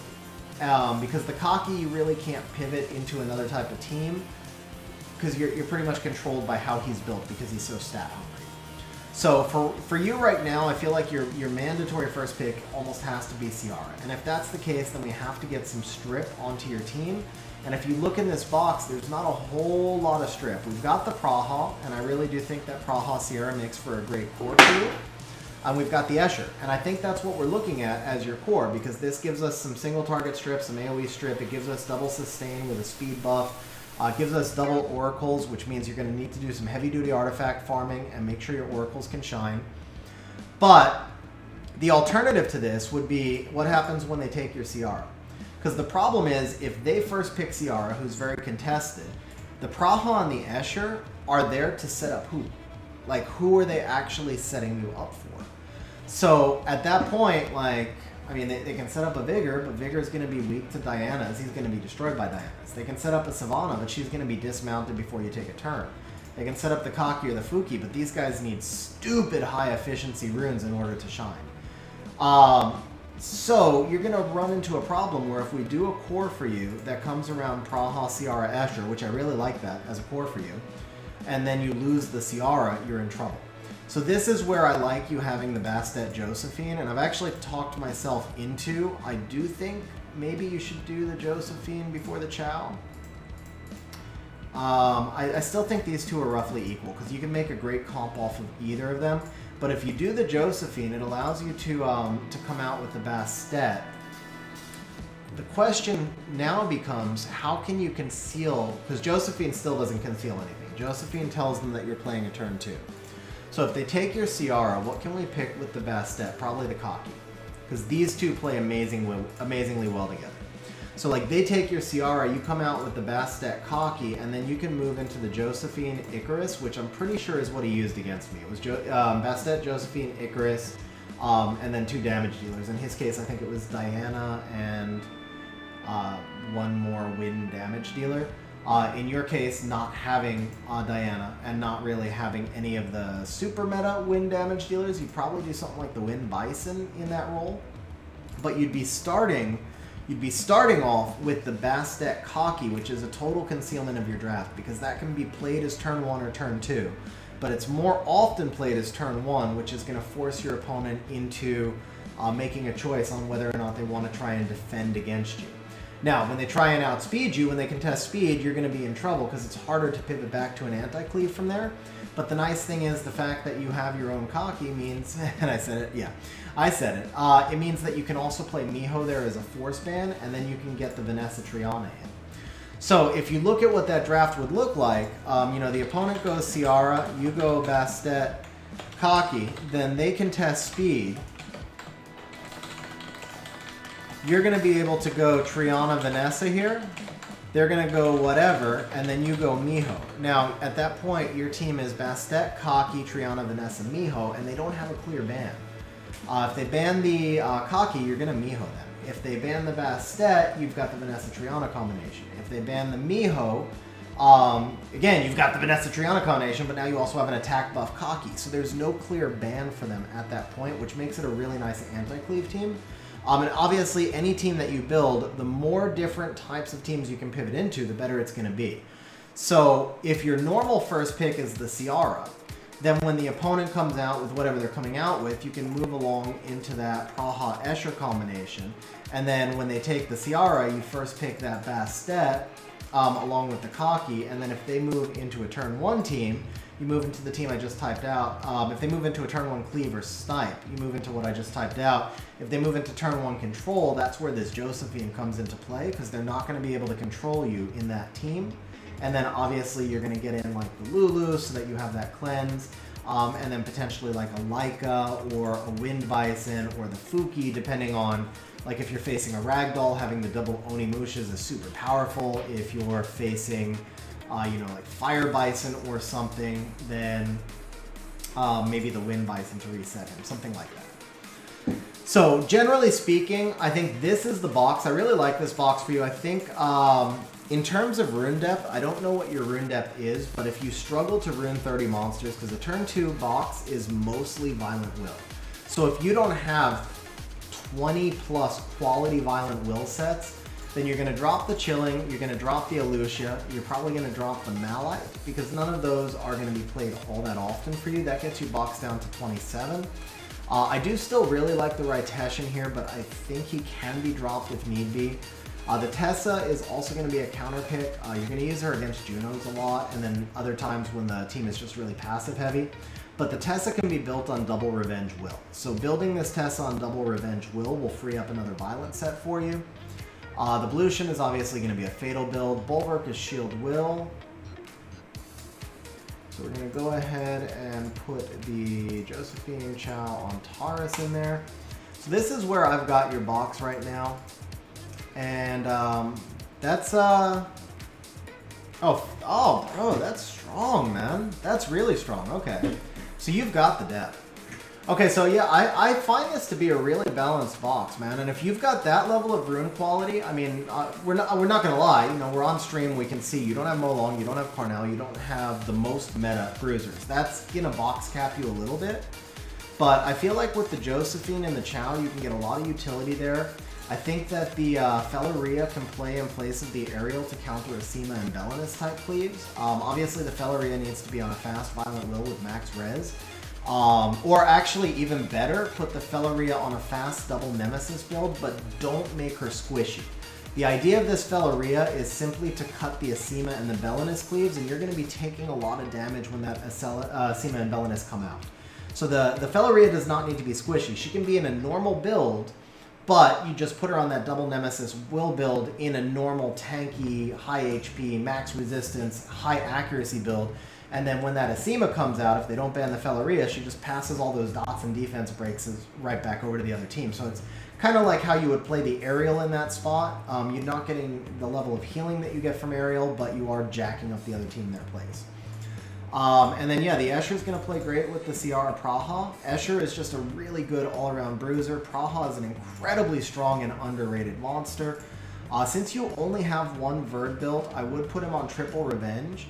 That means you're going to struggle against Yogan teams because you can't play the Verd against a Yogan if you don't have Will Runes on him. But the double Revenge Will Yogan, the double Revenge Will Verd just does not work well enough. So save him as a triple Revenge monster. Save him only for a last pick in your drafts or a fourth pick in your drafts when you're sure the enemy is not likely to ban Yogan, to draft Yogan, or when you believe that you can ban the Yogan if he does draft it. And then, so that limits your Verge usage, but it makes him more effective when you do use him. The Leica Vampire Nemesis or Vampire Will is fine. I like him more on Vampire Will personally. But this season, I think, to be honest, Vampire Nemesis might be a better build for this season. I like everything on Will, but the way this Bruiser season is playing, I think the Nemesis build might actually be better. The Vamp is really important, though. Your Vanessa can go Shield Will. Because you're literally only drafting Vanessa here to counter AoE damage cleaves, AoE, Japanese cleave. So you're literally only drafting the Vanessa, or to counter snipes. So like a Daphnis Odin team, Vanessa will counter, or like a Lucian Julie team, the Vanessa will counter when you pair her up with the Triana and the Miho. But you have to make sure that you've got the Kaki first, so that they can't pull the Kaki and snipe your Miho or turn their Kaki into a force ban. And then when you do that, your Vanessa doesn't have to take a lot of turns. She doesn't need crazy high rune efficiency. She's literally there to keep you alive. Because if they're just running a Lucian, that Lucian has like 6k HP. You can spit on it and it dies. And so the Vanessa doesn't have to be in an OP build. She just has to survive. And so for there, you put her in a Shield Will build. It can go double Shield Will. It can go Shield Will Nemesis. It can go Shield Double Will. Any of those are fine. Or even Destroy. I mean, whatever. It's just Shield Will plus an offset. And then just make her super tanky. She doesn't even need the resistance in that usage because you're using her against high damage output monsters that are not really doing anything else against you. Rika, I would put her in a max res build if you can, but Rika definitely needs to be on Despair. Rika does not need the Vial. She can Vial proc off her own skill 1. So definitely get the Rika into Despair. Kaki, obviously Vial will. Also, this Kaki needs to be skilled up if you're going to use him. The skill 1 needs to be skilled up. The skill 2 doesn't really matter that much, but the harmful effect rate right here is so important in order to use him. The Fuki we're actually going to remove from your box because you can't double bolt, or excuse me, you can't skill both of them obviously in a row. So focus on the Kaki first, and you can work on the Fuki next.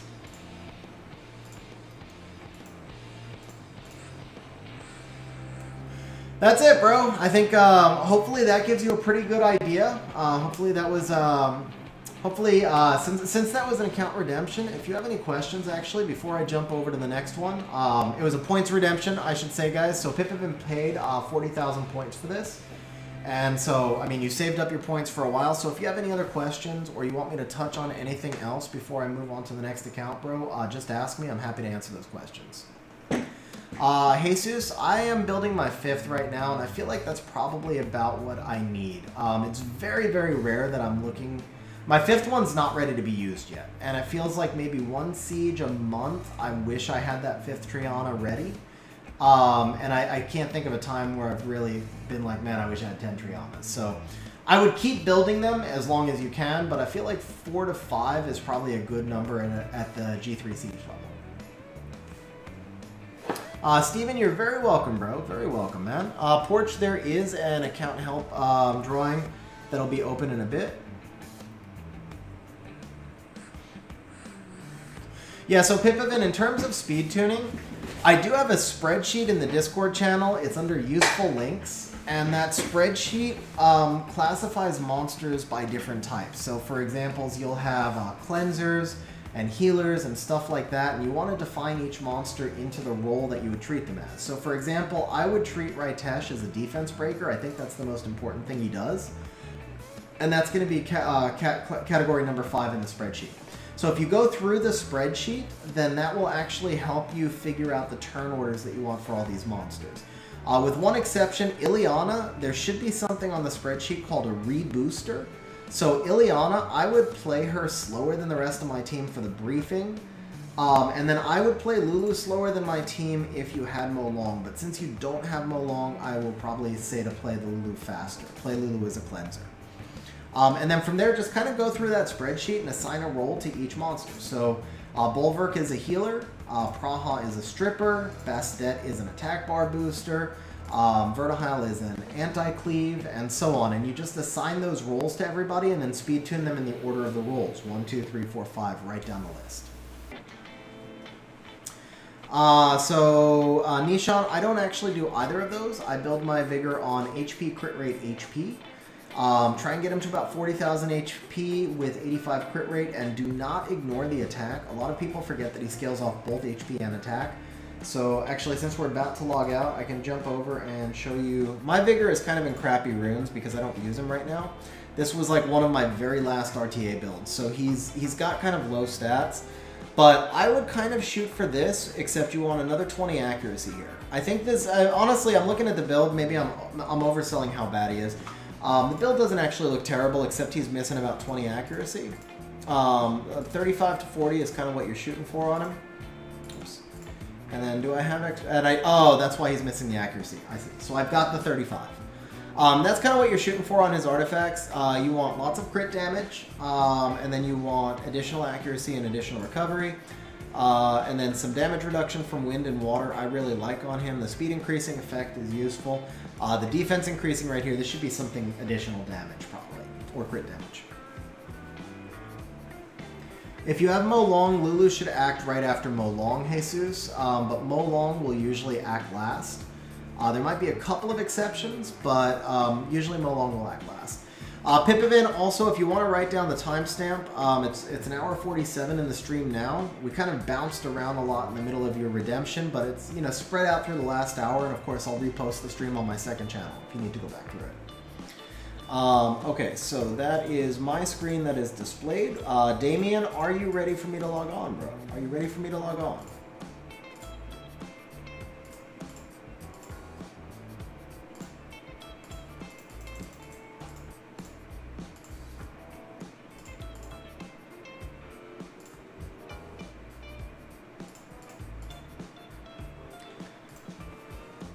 You know what, community help? I'll let you guys do a couple of replays. Let me turn the replay command on. We'll do a couple of replays. Let's say I'll take 3. I'll take 3 replays. Let's turn on the A replay command. So it's exclamation point A replay. It's 3,000 points, and I'll take the first 3. Pipavin, you're very welcome, bro. You're very welcome. I'm really glad it helped, by the way.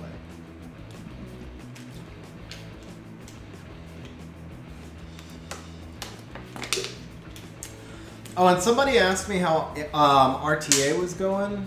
I missed that. Oh, that was Steven. How's your RTA going?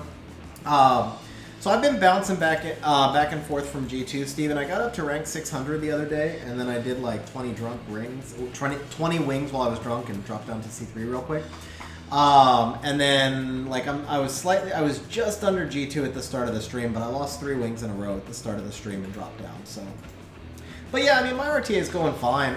This season's definitely a lot better for me. I still can't beat control teams, but I don't see as many control teams. So overall, I'm enjoying the season a lot more. I really don't even care. Like, as long as I'm enjoying it, I really don't care where I finish as long as I'm enjoying it. I just hated the last couple of seasons because it wasn't fun for me. So this season has definitely been a whole lot more fun.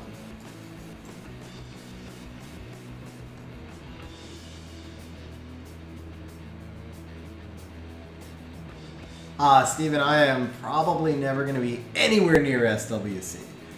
I mean, I can't even push to G3. Like, early in the season, I can't make G3. And that's, I mean, don't get me wrong, like, can't make G3. Obviously, just reaching G3 is an amazing accomplishment. But my point is, SWC players are in a whole different class than the low end of G3 players. And I've never even reached G3 in RTA. I've reached it in Special League. I haven't held it. I've reached it. But never in RTA. Okay, lost track. Which window is which? Okay, obviously the Beelzebub is mine. So this is Pipivin's window. Okay, Pipivin logged me out, so that's perfect. Because I was trying to log myself out. Alright, so did Damien respond? I did not see Damien respond. Let me just message Damien over here.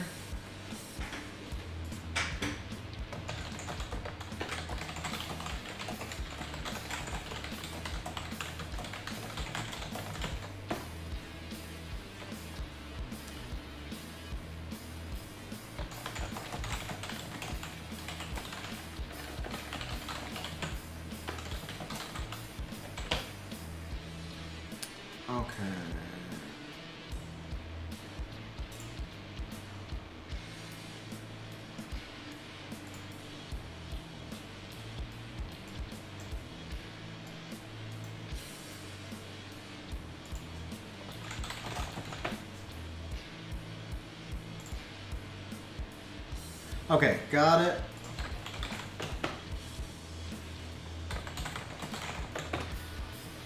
It's a replay, Porch. Exclamation point, a replay. Okay, and then we need my window over here. Man, I got so many windows opened up. Okay. Alright, guys. We have a replay from Wojo. Wojo redeeming the replay. Porch going to be redeeming a replay as well. Starting off with Wojo, flexing the Ciara Gianna combination in Fighter 3, beating up on those poor Fighter 3s. That's very not cool, bro. I'm just saying, that is not cool. But here we go. Wojo opening up first pick Ciara. Johnny Olaf counters with the Chung Oki. So this is an interesting point right here because all three of these monsters can be played turn 1 or turn 2. So Wojo somewhat concealing his draft, opening up with a monster that can be played either way. Johnny Olaf responding with 2 monsters that can be played either way. This is what I was talking about with concealment earlier. So props to Johnny because I think that is one of the perfect counters to a Ciara open. I really like this counter by Johnny. This puts Wojo in a tough spot.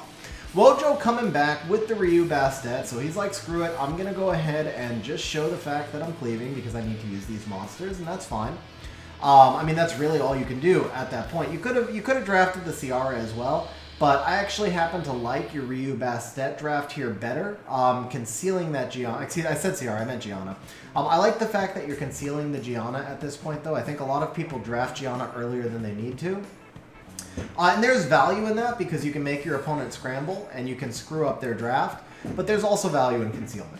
So, Wojo coming out with the Ryu Bastet. Again, I like the draft right to here. Johnny coming back with the Fang and with the Kaki.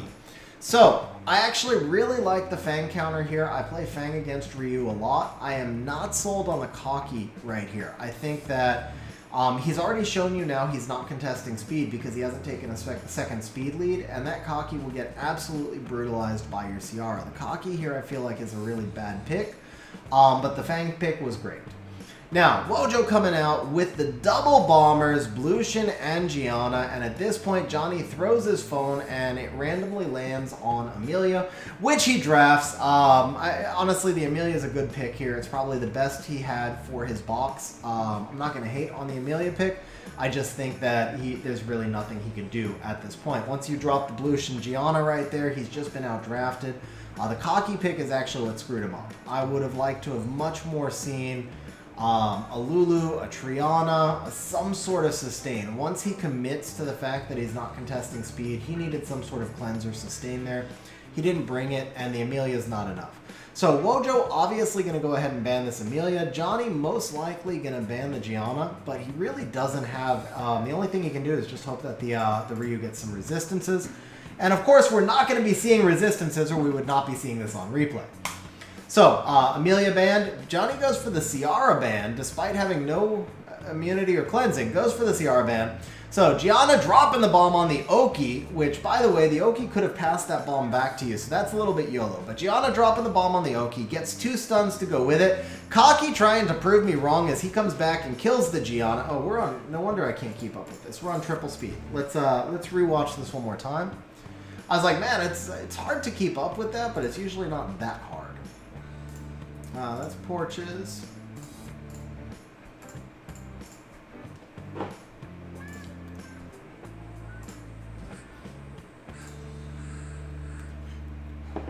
Alright, let's try this again. So, Bastet with the boost up. Gianna dropping the bomb on the Oki, a little bit risky there, and then gets the stun on the Chung. Ryu goes skill 1 into Kaki for the defense break. Cien dropping bombs on everybody, but Oki cuts in, gets the stun on the Gianna. Gianna is defense broken as well, and the Kaki's going to finish her off despite the attack break. The Fang able to cleanse the bomb off himself, and the Oki surviving the bomb, but the Ryu gets his skill 3 out, kills the Oki. Takes a defense break on the revenge from the Fang, though. That's a 30k bomb on that Ciara as Ciara dies. 31k on the Kaki. Guys, it's 3 water monsters against a Fang. Can this Cien get one more attack boosted bomb out? We all know the answer is yes, or we wouldn't be seeing this replay, but man, that's a lot of procs from the Fang. Cien going down, guys. Cien going down. Is this going to be some sort of crazy Ryu solo? Is this going to... Oh man, Cien sitting there at 1 HP. Fang pushing up his... Oh, Fang's attack bar gets ahead, but we get a single target despair stun from the Ryu. Cien gets the bomb up, but Fang able to cleanse again and finish off the Cien. Bastet now getting revenged into a defense break. Bastet's almost gone. Ryu misses all the strips. Why are we watching this replay? How does he win this, guys? Ryu missing the attack break, but the Fang missing some clutch crits right there. Ryu survives and his passive is back up now. Bastet missing all of her defense breaks, but she does lap, gets a little fluff damage onto the Fang. Ryu dropping the Fang to 1 HP, guys. That's a Fang that's dead to a Bastet, guys. That is Water Monsters soloing the unfair bear. You saw it here, and Johnny Olaf definitely threw his phone a second time. Just saying.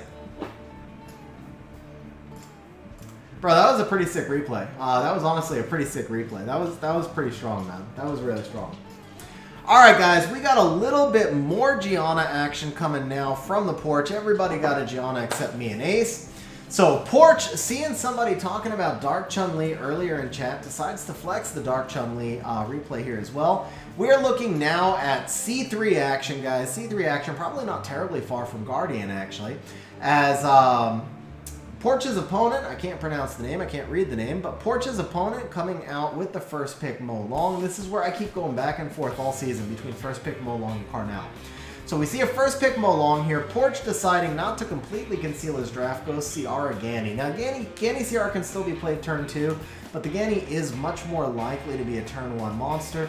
Still, if we look at the rest of Porch's draft, there's really no other way that he could conceal this any better. So, dropping the Ciara Ganny, the opponent comes out with the Lulu and the Kaki. Once again, I feel like Kaki into Ciara is a little bit dangerous, but here we've got the Lulu to protect the Kaki, so I'm much more comfortable with this counter. And that's why we're seeing C3 versus F3. So we got the Mo Long Lulu Kaki countering the Ciara and the Ganny. Porch now showing, yes, I really am rocking out the cleave right here. So he goes with the Dark Chun-Li and the Poseidon. Now the interesting thing here is Porch was able to do this because the opponent is not contesting speed, and even if the opponent were to drop 2 speed leads, Porch would still know that he's able to comfortably outspeed. If he did not, if the opponent had a speed lead in his comp and did not have a Mo Long, I am guessing that Porch would have gone Dark Chun-Li and Gianna here and saved himself the option of bringing in a second speed lead. So the draft changed up a little bit by the fact that the opponent clearly said, I'm going to give you turn 1 no matter what. Alright, so Porch dropping the Dark Chun-Li Poseidon. Opponent comes back with the Leo and the Vertihile. Now, Porch does not have speed scaling damage. So while in a lot of turn 1 teams, the Leo may wind up being a force ban, he does have speed scaling damage. I take that back. The Poseidon has speed scaling damage, but the bombs are going to do a ton of damage, and the control that's coming from the Dark Chun-Li and the Poseidon, along with the Ganny. I see Porch letting the Leo through right here and taking out the Vertihile. It's clearly a triple revenge Vertihile, which is a little risky. It is going to depend on whether or not Porch has will runes, though. If he does not have will runes on the Dark Chun-Li, then he may be forced to ban that Leo. If he does have the will runes, then he's probably going to ban the Vertihile. On the opponent's side, I think that the most likely ban is going to be the Gianna, simply because he did not bring in a second cleanser or immunity buffer. He may be just counting on the fact that you have to ban one of the Leo or the Vertihile. So he may let the Gianna through, keeping the Lulu and banning the Ciara, but I think those are his only 2 viable bans here. It's the Ciara or the Gianna. And I would kind of lean towards expecting a Gianna ban here. Me personally, I ban the Ciara, I'm just saying. But I would lean towards expecting the Gianna ban.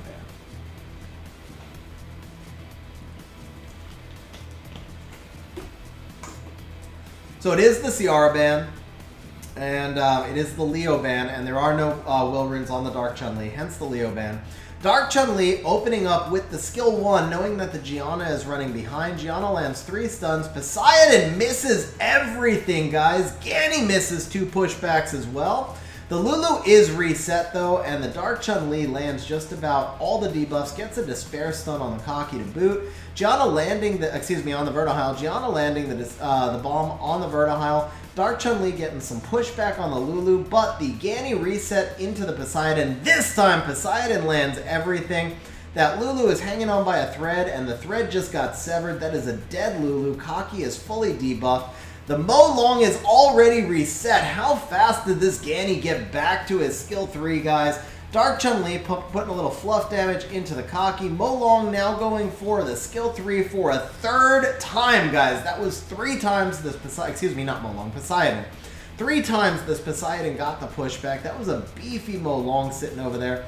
But once you're beat, you know you're beat, and you go ahead and quit out as Porch rocking out his opponent despite a ton of bad RNG at the start. What's up, Noir? How you doing, man? All right, looks like that was it for the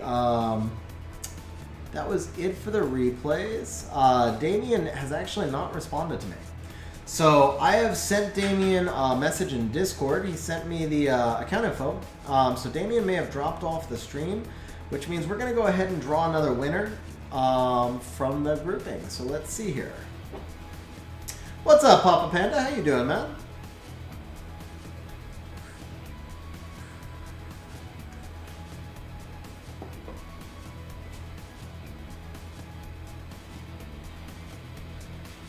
Oh, did you redeem? Oh, you did redeem Astro. Okay, my bad. Let's go ahead and turn that off. All right, we got one more replay first then. We got one more replay before we do the drawing. This is going to be from Preparation H, Mr. Astro Glider himself. Astro playing a turn 2 team, guys. Turn 2 team opening up first pick Lulu, so there's no concealment here.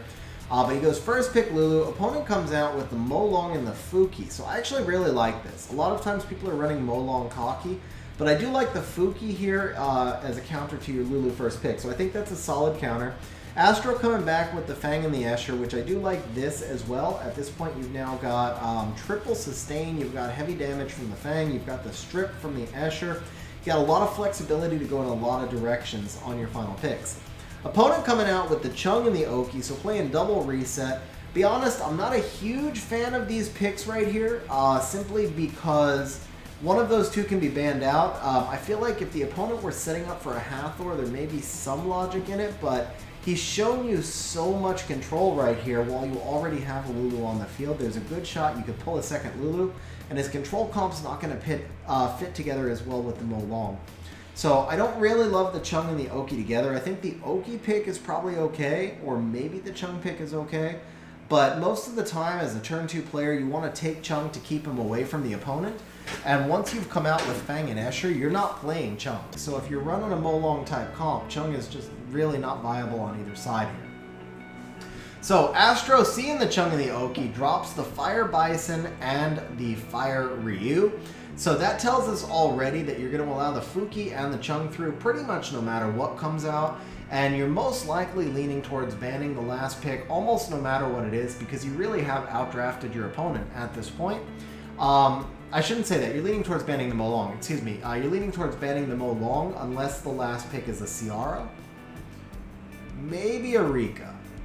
But pretty much Ciara, Rika, or a Rika type monster, Beleneth, Zyros, those types. At that point, otherwise, I assume you just ban out the Mo Long, which is going to protect your Fire Ryu. Presumably, your opponent's going to ban the Fire Ryu, but that still then gives you the Lulu Carnal comp, and he's got no immunity. Either way, you're going to rock him. The Icarus pick right here, I do like this as the last pick, because Icarus is now giving him a second way to counter the Fire Ryu. He's got the Mo Long and the Icarus together, so that tells us actually Fire Ryu is getting let through. So the ban over here is almost certainly going to be either the Carnal or the Lulu. Since he did try and run control on you, I feel like it's going to be a Lulu ban. At which point, you still have to ban the Molong, though. You cannot let that Molong-Icarus combination through. So I think we got a Molong ban here, and I think we got a Lulu ban here.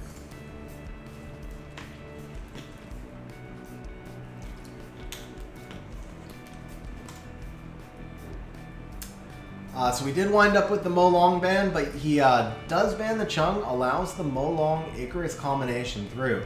Fuki's starting off with some fluff damage.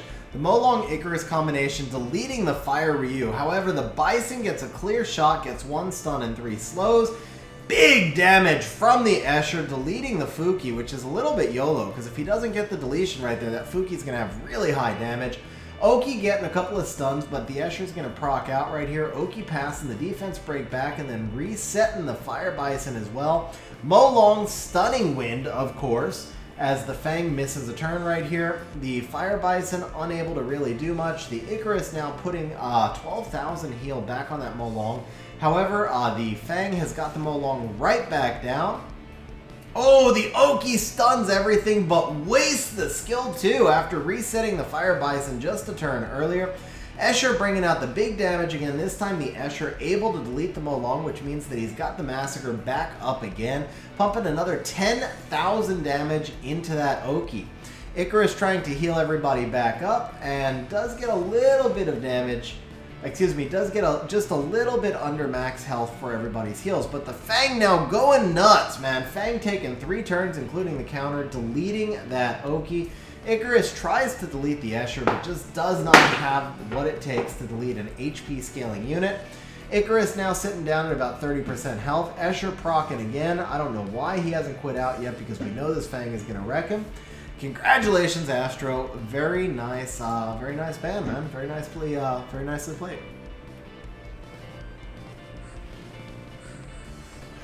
Got you, man. The Icarus Molong combination is so strong, especially because Icarus gets the guaranteed proc. So if you let that Icarus turn cycle on you, it can turn out really bad sometimes. Alright, so that was all of our replays. Damien still has not answered, so we're going to go ahead and draw our final winner of the evening, and that person is Vrozar, who went to bed quite a while ago. Unfortunately for Vrozar, I put 20,000 points into this one. So I will tell you guys, the next highest points right now is JC. I know JC is around, and then after JC, it's Andrew Kelly, and then Porch and Hotshot, both with 8,000 points in. Axe has 5,000, and then everybody else is much lower. So those are our top people right there as far as who put in how many tickets, and the winner is Shiki! Oh, I list off all the top people, and Shiki pulling it out of the hat with about 2,000 entries. Shiki, are you still on stream, bro? And Abram, what's up, man? How you doing?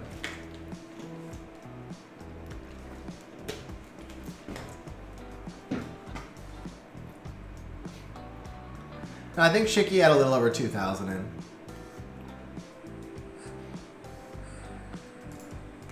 Haven't seen Shiki in a minute, though.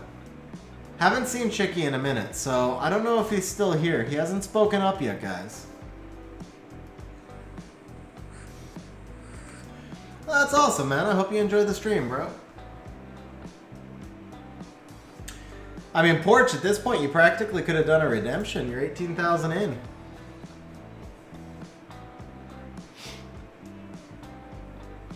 Alright, Shiki, we are giving you a final call here, Shiki. Your final call will be, let's say, I'll give you 30 seconds, Shiki, because I do feel bad. I don't want to rush through it too fast. So, Shiki, I'm going to play one RTA match, but at the end of my draft, so we're giving you about 2 minutes. If you're not here, Shiki, at the end of the draft, we're drawing another winner.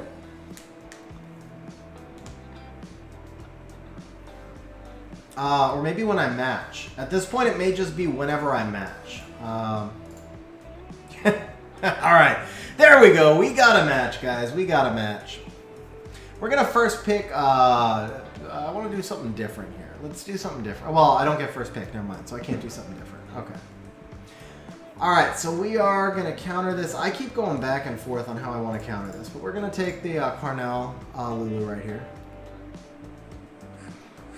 Problem with this counter is then he's going to draft a Kaki, and he just has so much damage, because he can do, from here he can go like Molong, Kaki, Icarus, and it's almost impossible for me to prevent him from deleting something.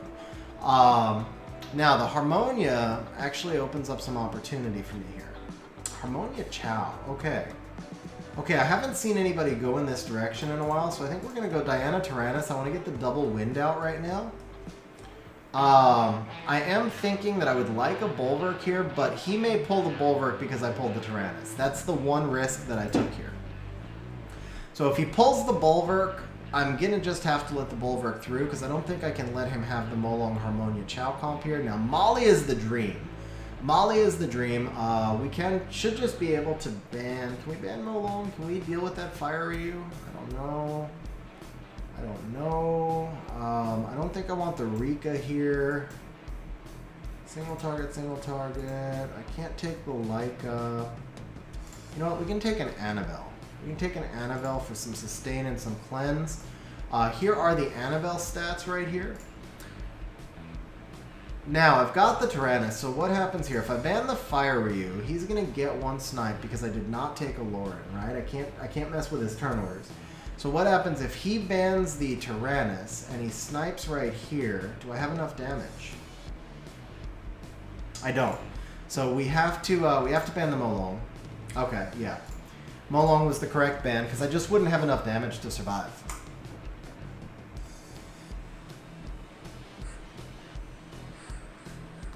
Eli, once you clear all PvE content, the next step is to bring your teams up and make them faster and more reliable, and then the next step from there is to start working on guild content. Can my Diana cut? Yes, because the, what's his name? The Fire Ryu should revenge right here. This allows the Diana to cut, but the Molly's going to cleanse the Chow, right? No, the Molly cleanses Harmonia. Okay, so I think we can do this. Oh, it's fair that we missed it on the Chow, but still. Do I have enough damage? We're gonna YOLO it. Do I have enough damage? 8k, this should do 24k. I don't think it's actually enough, but what? We're gonna try.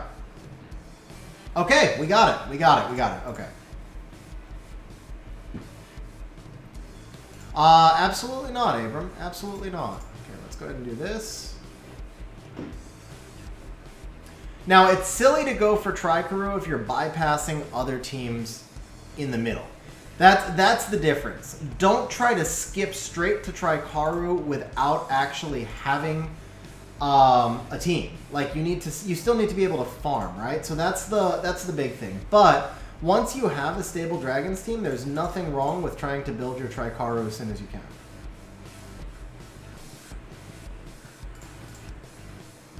Okay, this is a little risky here because if I do glance, that Ryu is going to cut. But the Diana can't do anything against the Ryu. Oh, I did get the glance. Okay. Does he delete me? No. Okay. Good. I knew that was a little risky. But the thing is, I don't think Diana had that much value to me. Once the Molly goes down, I don't think Diana has enough value.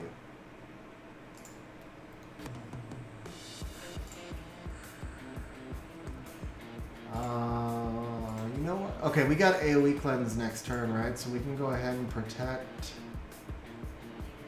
Let's protect the Diana. Or not. Didn't really need to protect the Diana. That's okay. Man, big damage from the Harmonia. But that's okay. We're well ahead now. I think I've got my skill 3s back up on everybody. I wish the Annabelle was in front of the Diana here, but fair enough, is what it is. We can do this, and let's do this. And can we provoke? No, okay. Pippin, it is gonna be in there.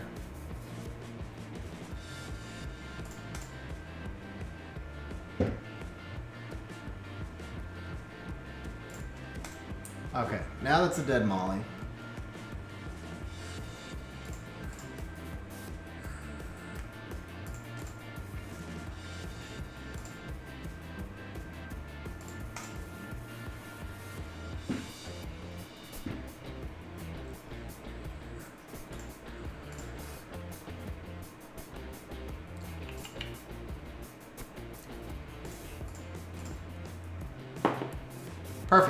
Bye-bye.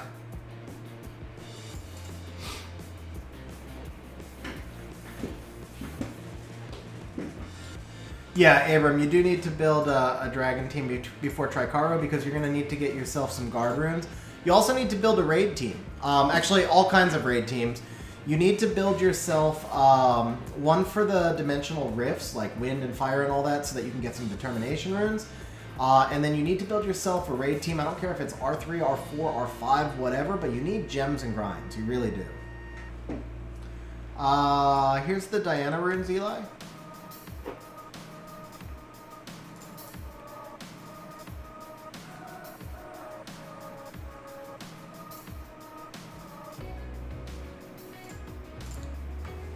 Okay, guys, Shiki was not here. We'll go ahead and pick the next winner, Andrew Kelly. Sorry, Porch, but I know Andrew Kelly is here, and the good news is, Andrew, it didn't even take your 1,700 points because I had it closed. So, Andrew, you got in for your 8,000 entries. Congratulations, Andrew. Porch, I might draw one more depending on what Andrew wants and how long I'm on his account. Big might, where that is. Big might, but I might. If we're not on Andrew, actually,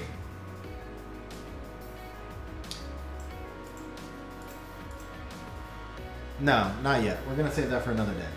I am gonna be giving away Mini-Me sometime soon, by the way, guys. With Solo R5, I no longer need the alts. I'm gonna be giving away all 3 alts that I bought. I don't know. I'd like to sell Mini-Me, obviously. I'd like to get my money back, but I probably won't, so I'll probably just give them away on stream. Alright. Do I have enough damage if I Triana here? Probably not. What if I Beelzebub? No, I cannot because he's got the double resets. I could do... Oh, Leo's probably the play here, right? Leo becomes a force band, but no, then we got the Cocky. He doesn't have strip, so I could go Pontos. But Pontos is stupid me running R5. Hey gang, now let's just do the Diana. Let's do the Diana. Ban the Ninja. Does he ban the Lulu here? Yeah, no, he gave me the Lulu. Okay, nice.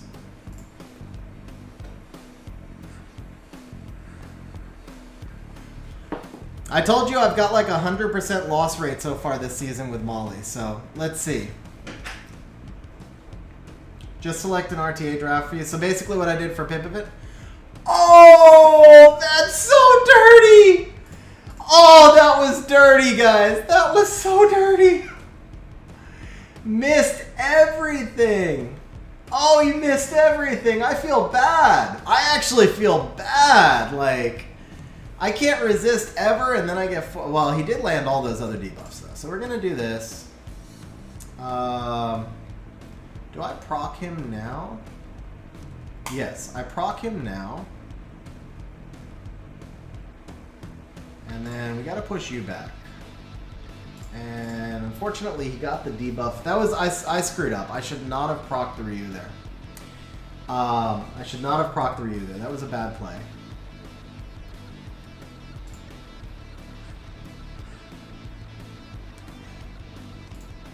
I think I'm in front of Ganny. I think. But I'm not sure. This Ganny may cut me. But the thing is, Ganny's going to ventilate that Oki either way. Okay, he does cut me, but he's still got to ventilate the Oki. No, he does go for the reset. Okay. That was a stupid play on my part then. I screwed that up. Yeah, that was a bad play, actually. That was I knew I wasn't in... I don't know why I was trying to convince myself I was in front of Ganny. That was just stupid. He's got his skill 2 up too. He's gonna cleanse my he's gonna clear my Diana. Oh, that was close. All right, we gotta shield her.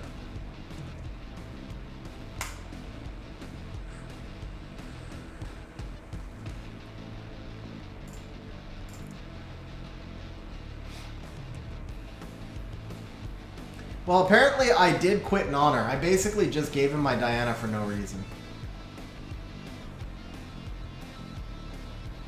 Nice prop.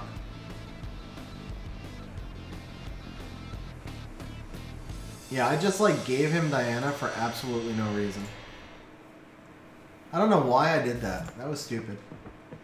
To be fair, I don't know if I can survive this either way, but I made 2 major misplays there. I really did.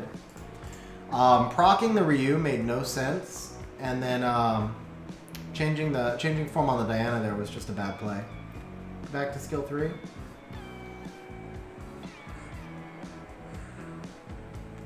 Yeah. I made 2 really bad plays. I don't know if I win that without the bad plays. I don't know if I win that either way, but I did make 2 very bad plays in there. 2 misplays. How much attack does Chung Peng need? It really all depends, bro. Mine has like no attack. Well, he has no crit rate. He has some attack because I run him with Ethna sometimes. So when I run him with the Ethna, I get the Ethna lead, and then he's 69 crit rate. But my Chung is basically there just so the opponent does not get to use Chung. That's like the only reason I draft Chung is to keep him away from the opponent. It doesn't work, as you guys just saw. I still cannot contest control. But it's why I take him. Okay, so Andrew, did you send me your info? Let's see. You did not yet. So Andrew, if you could bump our chat.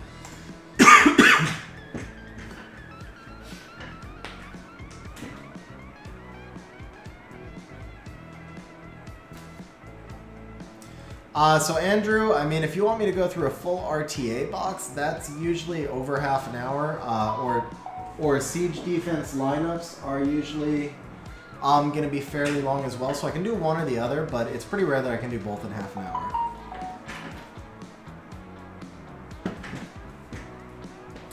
Okay, so on the Bastet, obviously I have Beelzebub. That gives me the ability to go here, but I talked about this a lot on Pipavin's account. Triana Cocky is a great counter to this Bastet cleave here also. Now, he's gonna go, let's see, so we definitely need a Revenge Vertihile here. And I feel like a Revenge Leica might be nice as well. We're gonna ban the Rocky. We're gonna take a force ban ourselves right here with the Magnum. Ban the Rocky, and I think we're good. Bans the Leica! That, of all things, I did not... the Leica was like the one I was like, okay, he might ban the Vert, he might ban the Magnum, he might ban the Beelzebub, maybe he bans the Triana, but the one monster he'll never ban is the Leica. I mean, he's even got the freaking Julie. Alright, do I care about immunity here? No, I'd rather save this for healing, right? No, I do care about immunity. No, I'd rather save this for healing. Yeah, I'd rather save this for healing.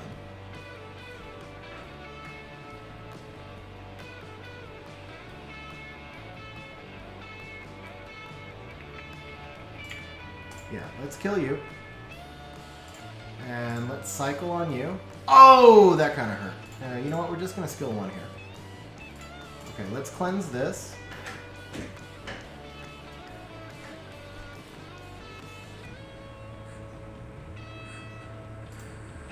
Push you back. Oh, that hurt. Didn't matter, but it hurt, because we'll bring the Magnum right back. We'll cycle on you a little bit. Let's see, can we get a sleep or a pushback or just a resistance? Anything? No? Okay, that's fine.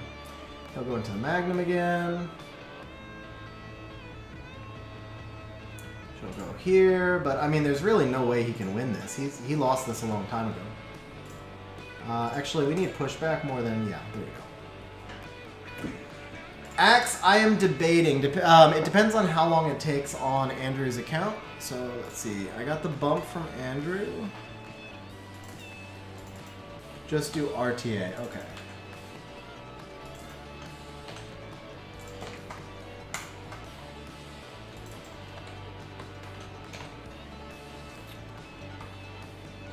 Huh. Oh. There we go. I think it's this, right? Do that. And that. There we go. Perk, I may do one final roll. I may do one final pull where I think the last... What I'm going to do is I'm going to pull one more because you guys put in a bunch of points. But for the last person, I'm just doing 6 RTA wings on your account. That's what we're going to do. Because I know a lot of you guys actually, that's what you wanted. At least I think a few of you, that's what you wanted. So the last one won't be an account help. The last one will be just me doing 6 RTA wings on your account. We'll do some betting on that as well. So let me go ahead and pick that last person now, just so you know who it's going to be. And it is Axe. It is Axe. Okay, Pork and Perch. Pork and Perch? Pork and Perch? Okay, guys, from now on, you are Pork and Perch.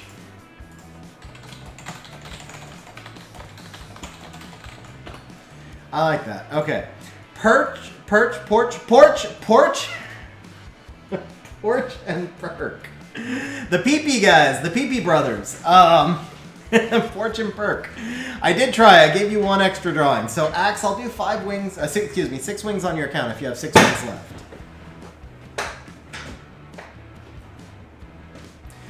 So, Andrew, we're not going to be looking at your runes because you said you wanted a box, right?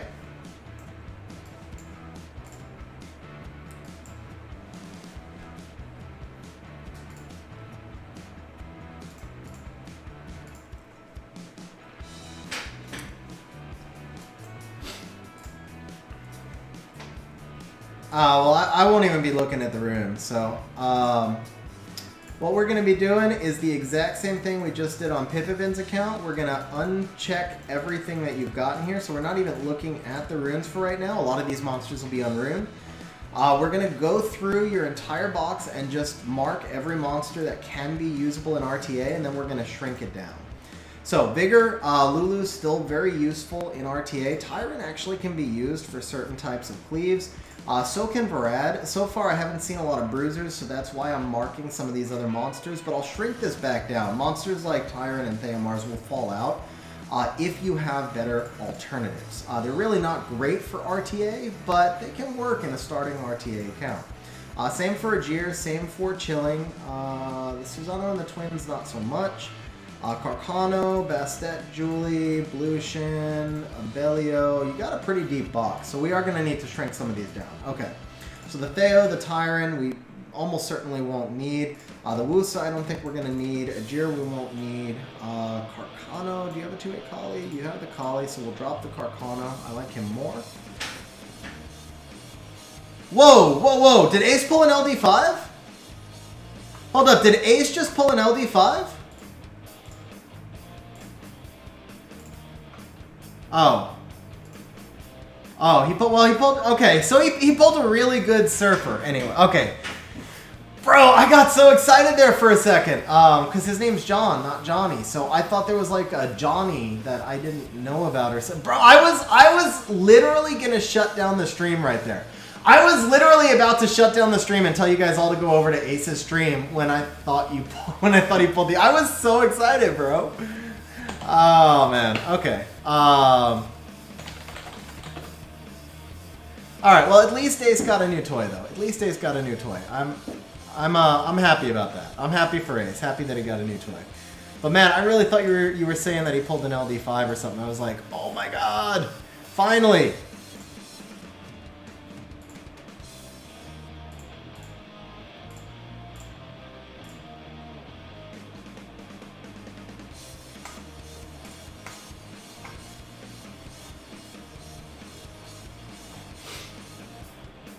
No, he pulled it for himself. I just saw it in guild chat. You guys can... Whoa!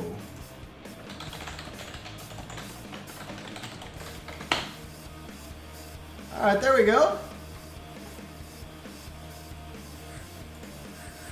I'm sure the Alicia there was a dupe, so that's just crystals. But the Surfer was definitely new for him. That's awesome, man. I'm glad he got a couple of toys. And now he says Gianna incoming. Okay, so if Ace gets a Gianna, guys, we're ending the stream. I'm just telling you that right now. If Ace were to pull an LD5, I would actually just pay you guys back on your community help. I would do them on the next stream. But if Ace actually pulled an LD5, we would all have to go over to his stream. That's like all there is to it. All right. In the meantime, who do I think is the most underrated unit this RTA season that people should use more often? Josephine could definitely be in there.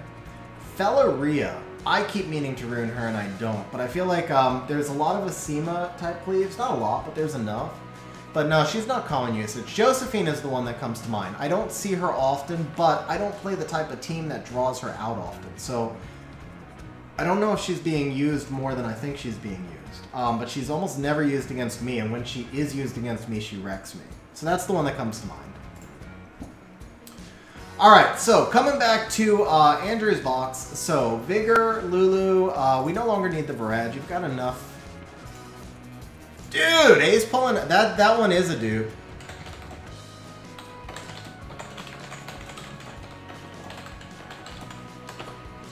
Go ahead and just like keep flashing over to Ace's.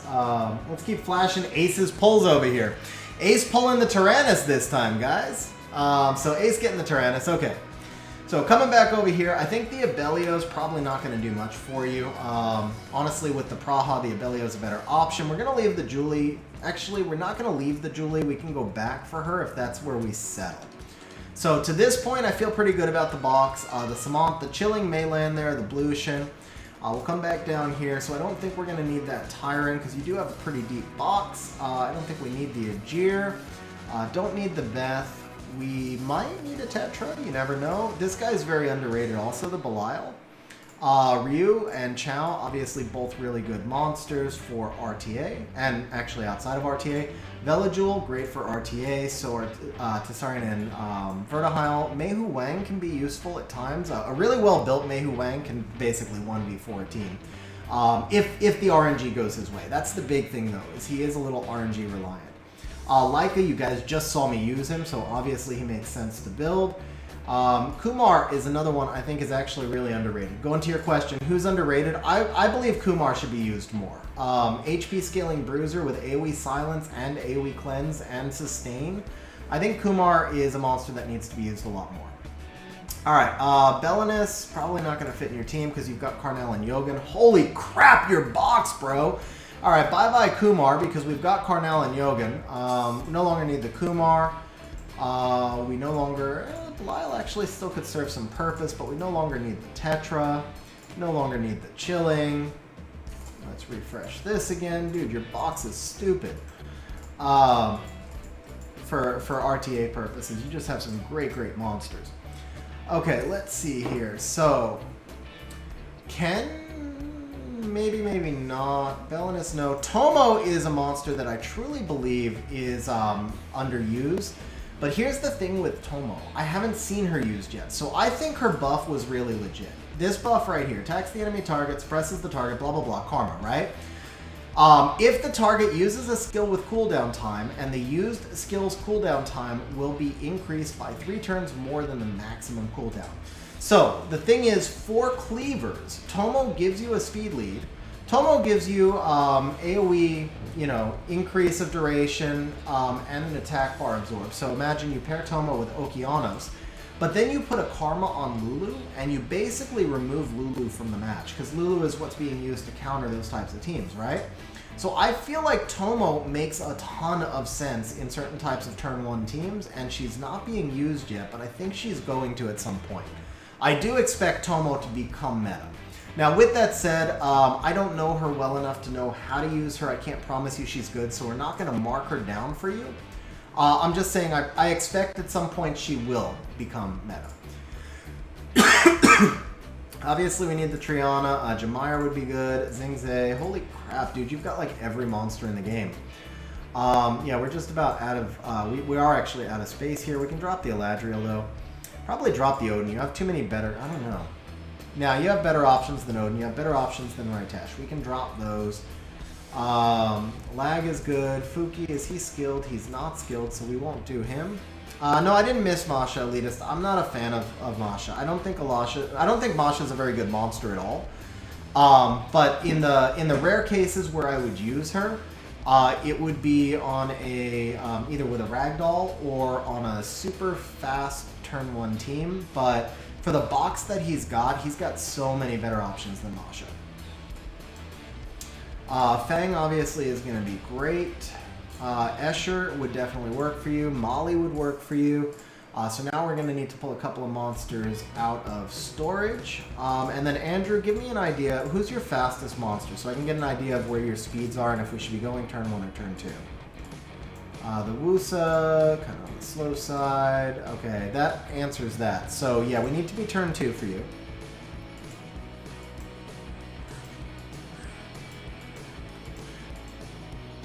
Alright, Felleria, Molly, Lauren, Fran, Miho. Yeah. Oh, I didn't pull them out. Tiana has your fastest set. Okay. If Bastet's your second fastest, okay. So yeah, even with the Tiana set, plus 193 is very respectable, but it's not there for a turn 1 RTA team.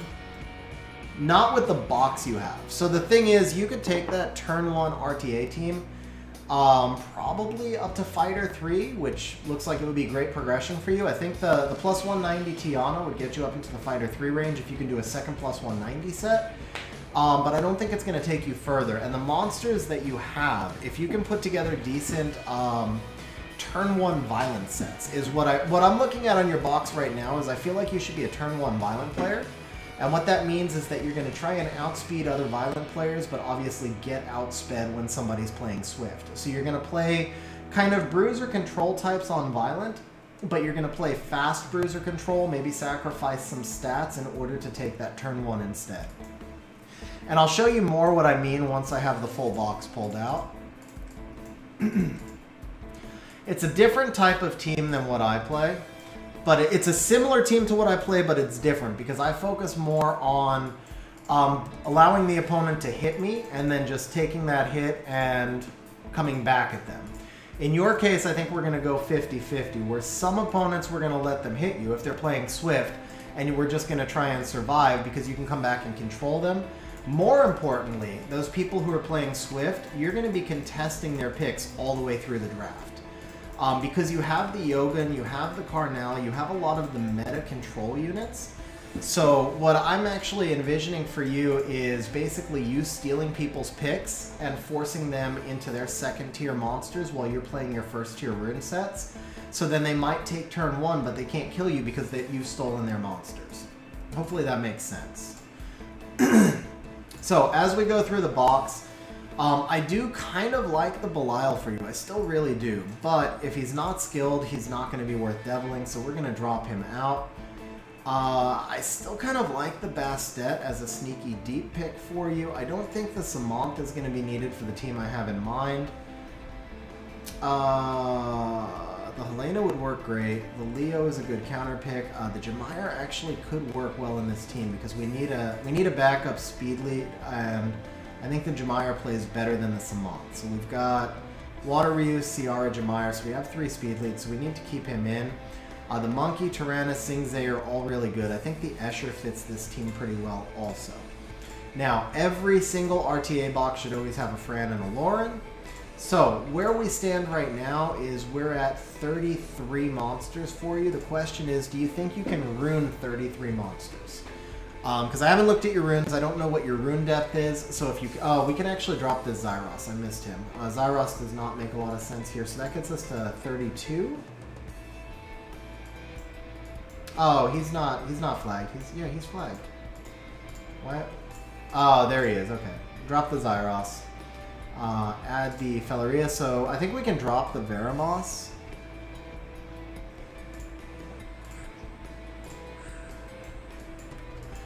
Definitely drop the Veramos because you can't rune this many monsters, and Veramos is super, super niche. We can drop the Molly simply because I told you guys I can't win with Molly. I would like to keep the Felleria if we can, so let's take a look here at what we can do for your box now. Okay, so I got us to 30. No, we're still at 31. Did I drop anyone from here? I dropped the Molly from here. So let's get you in there. Okay, I got us down to the 30. All right. So here's what I'm envisioning for you. Fastest Swift set stays on Bastet. When you feel like you need turn 1, she'll give you turn 1 with an attack bar boost.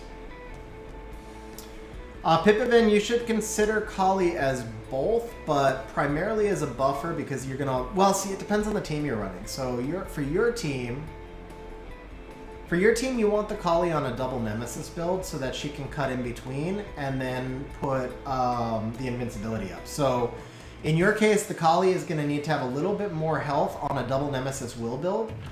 And she needs to be able to take a hit. You kind of build her like a Nemesis Daphnis. She's going to be a very niche pick for you. She's not going to be a primary pick for you, but when you do build her, you're going to consider her a buffer that does damage. Yeah. But again, double Nemesis Will build. Okay, so Andrew, so for here, and Andrew, if you want to timestamp this, we're at 2 hours 40 minutes. The Vigor is going to be in a damage build, so you want the high crit rate. You can take less crit damage here and change that for a lot more HP because he gets targeted early. Lulu needs max resistance, and I know you said your runes, just disclaimer for Andrew, guys, these monsters were not runed for RTA, so I'm comparing it to the builds here just to give you an idea of what to do. But the Lulu HP and defense are good, just needs the max res. Bastet takes your fastest set. Lucian build here needs about 5,000 more HP. Everything, and he needs 14 less accuracy. He only needs 35 accuracy because he gets a 50 accuracy boost on his skill 2. Skill him up when you can the rest of the way, obviously, but he's fine now with the damage boost. So for your Lucian, you can drop 14 accuracy, throw on a couple of HP artifacts, and then change 2 accuracy rolls to HP rolls, and he's where he needs to be. Plus 10k HP is good for him. Maybe try and get him to plus 500 defense as well.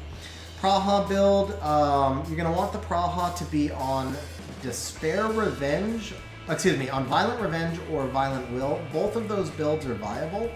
Ganymede has not been super meta this season, so I do think that you can get away with the Revenge build on the Praha and allow her to turn cycle. But if you start facing a lot of Ganymedes, then you're going to have to switch her to the Will build. But for right now, I would put her on Violent Revenge and just try and get away with that. The Ryu is going to be on one of your fastest Despair sets, but not too fast. You want him to be within about 15 speed of the rest of your team, so you don't have to rely on multiple attack bar pushbacks.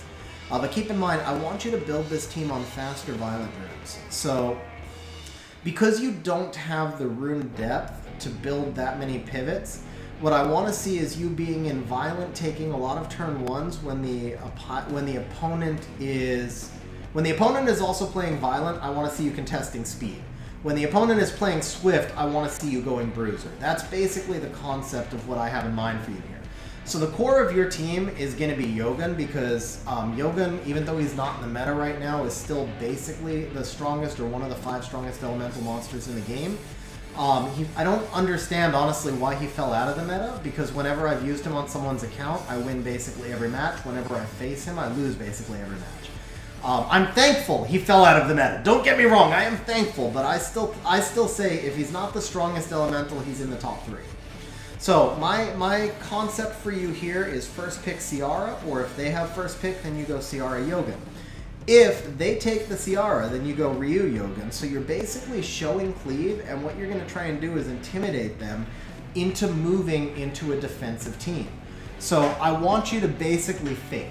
You're basically faking. You're going to pretend that you're cleaving them, but you're actually going to be running fast Violent on Bruiser builds, so that your goal is really to just control the Violent people who are moving into that kind of anti-cleave team, but have enough HP that you can survive, because you're contesting the 3 most meta picks right here. You're taking Ryu, well, 3 of the most meta picks.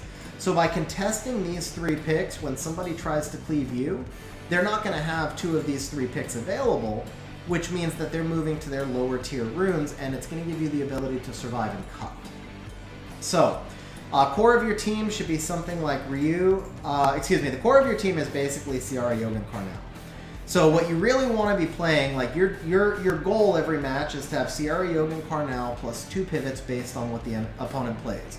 When they steal your Ciara, then you're going to be going Ryu, Yogun, Carnal. When they steal your Carnal, then you're going Ciara, Yogun, Ryu.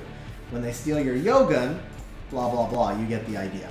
But this is the core of your team. The thing is, you're going to have, and sorry, to answer your question, Praha you want on Violent, because you want her to turn cycle a lot. You want to take advantage of that Oracle, skill 1 turn cycling with the Praha. Juno goes on Despair because Juno is used slightly differently. Now, so when we come to your draft, basically if you get your core Ciara, Yogun, Ryu, Now, if your opponent is contesting speed, it allows you to move over to like a Lulu Triana, a Lulu Leo, Fang, Fran, probably not Felleria. You're basically looking at the Lulu, Triana, Fang, and Fran. Depending on, like, if your opponent decides to contest you all out on speed, these are your defensive monsters. These are your pivots based on the elements and the units the opponent's playing. When the opponent decides to move into more of a defensive build, then you can get more aggressive. So if you've got the Ciara, Yogan, Karnal, for example, now you can play with your Kaki, and that would allow you to give them a much tougher decision to ban. Now that assumes they're playing a lot of wind. If they play a lot of water, then you're going to come out with something potentially like the Fang, who is still a really high damage unit.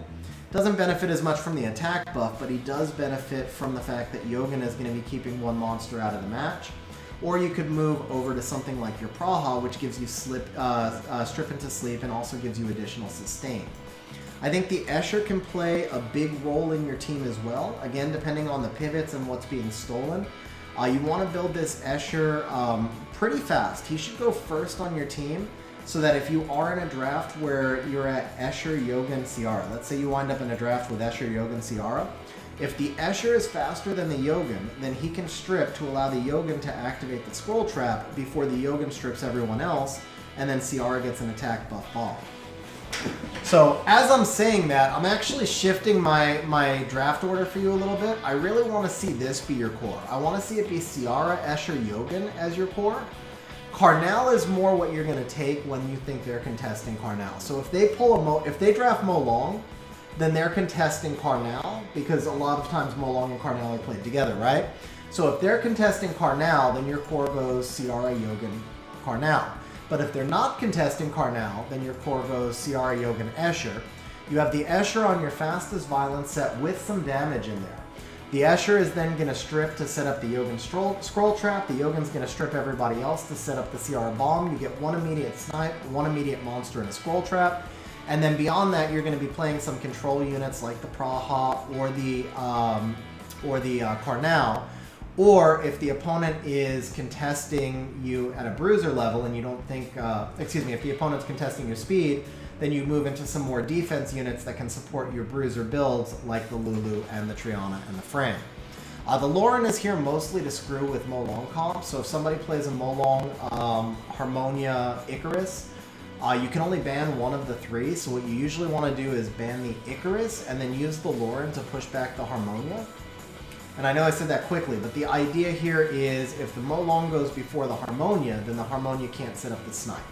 So you ban the Icarus, and then you use the Lauren to push back the Harmonia, who's always speed tuned really tightly with the Molong, and it messes up their turn order, and it gives you the ability to work down that Molong to the point where he can't reckless you by the time he acts again. Fang is going to be here to counter heavy water teams like Vigors and Chows and things like that. Chow is here to counter Daphneses or heavy stun teams like Okeanos. Laika is here to counter teams like the one you saw me face earlier with the multiple demons and Dragon Knights, where it was all single target attacks. The Ken actually does not play a role in this team, and we can drop him out. So that gets us down to 29. Jamair is your backup speed lead. He should be in a damage dealing build, acting last on your team. Helena probably is not going to serve a major role on your team, but because you're playing double strip, I would like you to rune her and test her out a little bit. Same thing for Mei Hu Wang, but if he's not skilled, okay, he is skilled, so he's fine. Helena's not skilled though, so never mind with the Helena, we'll drop her out. Now let's see, the Chow is not skilled, so we can actually drop him out just because I know you don't have, you said you don't have the rune depth, so we can drop the Chow out. Bastet is skilled, Blushin's missing one, Praha's skilled, Ryu. The Kali I would like to see you skill up, but she's not necessarily a huge priority. Tessa is okay, even being unskilled. The Tessa you're going to do in a double Revenge Will build. So you do the Tessa in double Revenge Will, and you're just playing her against really passive heavy teams, like if they have Juno, Ciara, Tyrannus. Not that they would play those three together, but just as an example. Vertihile, this should be a triple Revenge Vertihile. You're going to be playing the Yogan in your core, so you won't face him that often, so definitely triple Revenge. The Laika should be Vampire Nemesis, because you're stealing a lot of the strippers, so you're stealing a lot of the control units, which means you're not going to face a lot of Ganymedes. And in the case of Leica, the main monsters you really need Leica and Will for are Carnal, Vigor, and Ganymede. Those are the 3 that would scare you the most with a Leica, but you're going to be able to steal the Carnal. You're not going to be facing a lot of Ganymede, so the only thing that you really have to worry about at that point is the Vigor. The Cocky, I want him in basically this build, but with more HP and less attack. So we do want him to be a bruiser, and we probably want him a little bit faster, and then Violent Will, of course. And then add some artifacts in. The Ciara, if you're running out of Violent sets, you could do a double Revenge Will Ciara, but honestly, you're playing her in your core, and I'm telling you to play a faster Violent team, so I think that the Ciara really does need to be in Vile Will. Standard Leo build, Triana, you want to give her about 10,000 more HP than this, because the Triana is basically going to be your anti-cleave monster. When they're running a Lucian comp against you, you're going to be running this Triana and this Miho, along with whatever your thickest HP bruisers are, in an effort to survive those cleaves, and probably the Tyrannus. So you could run something like Triana, Miho, Tyrannus, maybe along with a Xing Zhe. And then something like the Cocky or the Revenge Vertihile, probably the Revenge Vertihile. So if you, depending on if they first pick Bastet, they're telling you they're cleaving. At that point, you could move into like the Triana Tyrannus maybe, or actually Triana Carnal. So if they first pick Bastet, you would counter Triana Carnal or Triana Cocky. Either one is fine. And that would give you some attribute advantage against the Lucian, and then it gives you some thickness here. You get the Miho in, which becomes a force ban as long as they don't have a Rocky. And you wind up with a team that looks like either Carnal or Cocky, probably the Carnal because he's got more HP, along with Triana and Tyrannus, so the Tyrannus can revive for you. Fang in a standard damage dealing Fang build, and then again the Escher, I want to see him in a really fast damage build with accuracy, because you're using him to set up your Yogun. So make sure you give him accuracy so he can get some strips. Now he doesn't need like 85 because he's going to hit 4 times, but he needs a good 30 or 40 accuracy between his actual accuracy and his artifacts.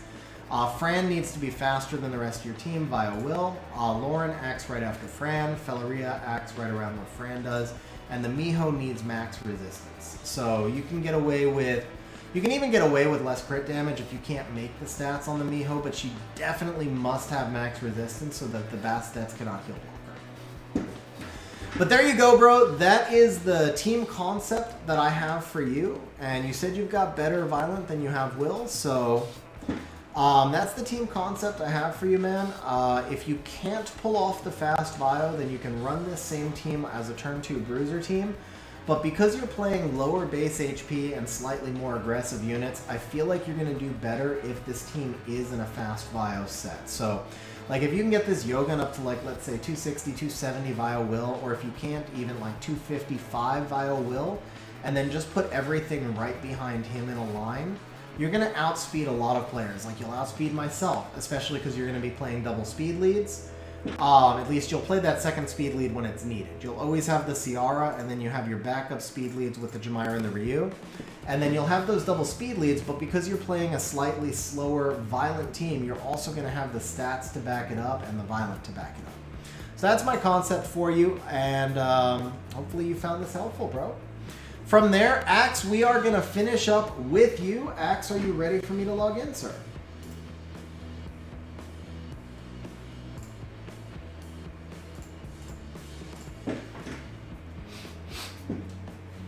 Lame advice, you want a refund? I should charge you another 50,000 points, I think, actually.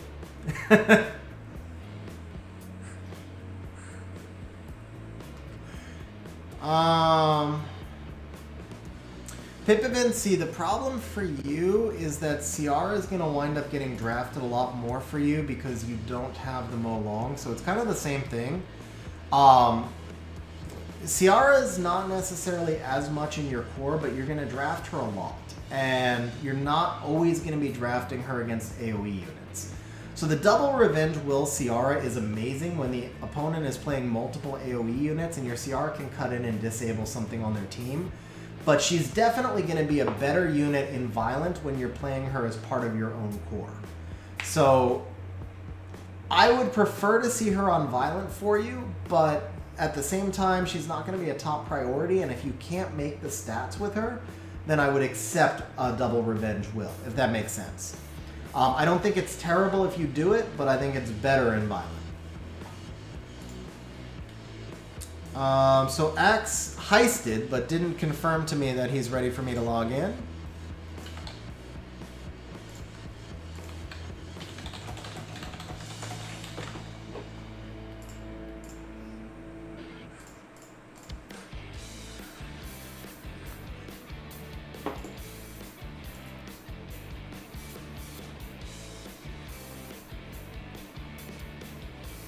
Yeah, so Pippin, after you determine all your speed orders in that same spreadsheet, you'll see that you can prioritize the monsters. So what you want to do is assign them all... Actually, let me just give you a video on how to use that spreadsheet. So Pippin, do me a favor, watch this video. This video literally goes through that spreadsheet. It shows you how to build your RTA team using that spreadsheet. It'll help a lot.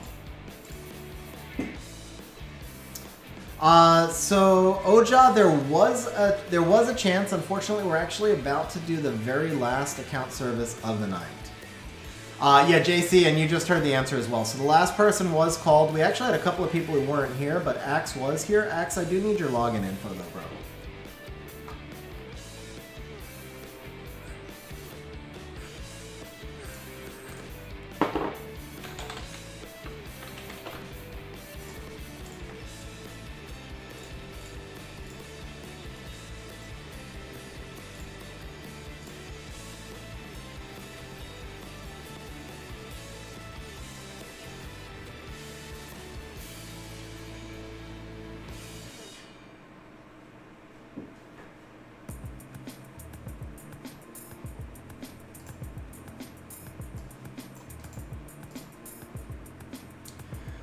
Yeah, I do these once a month. You can actually check in our Discord server. I post my stream schedule in Discord.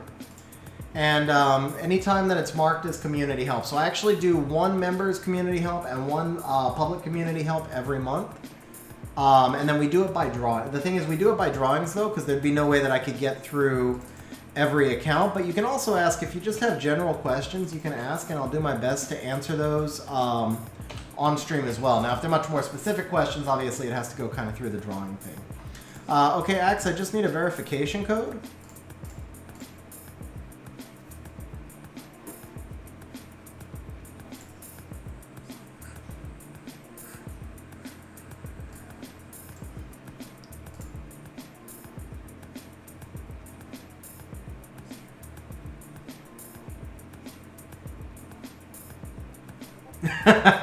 Fair enough.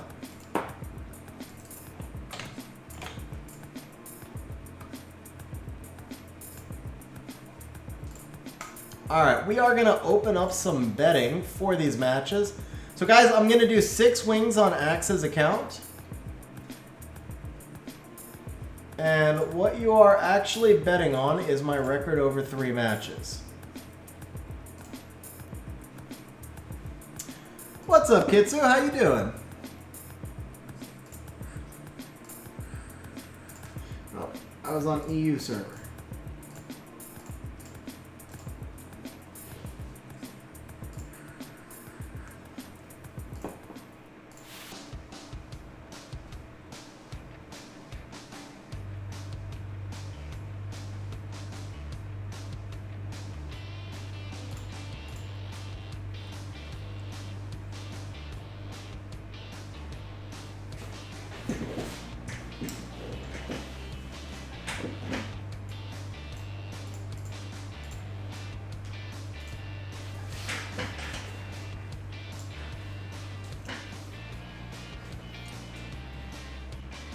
Hotshot was apparently listening to where Axe's rank is. You get 30 minutes of account help on whatever you request if you win the drawing. So it can be to review a dungeon team, it can be to review Siege, it can be, I mean, basically just 30 minutes of whatever account help that you request.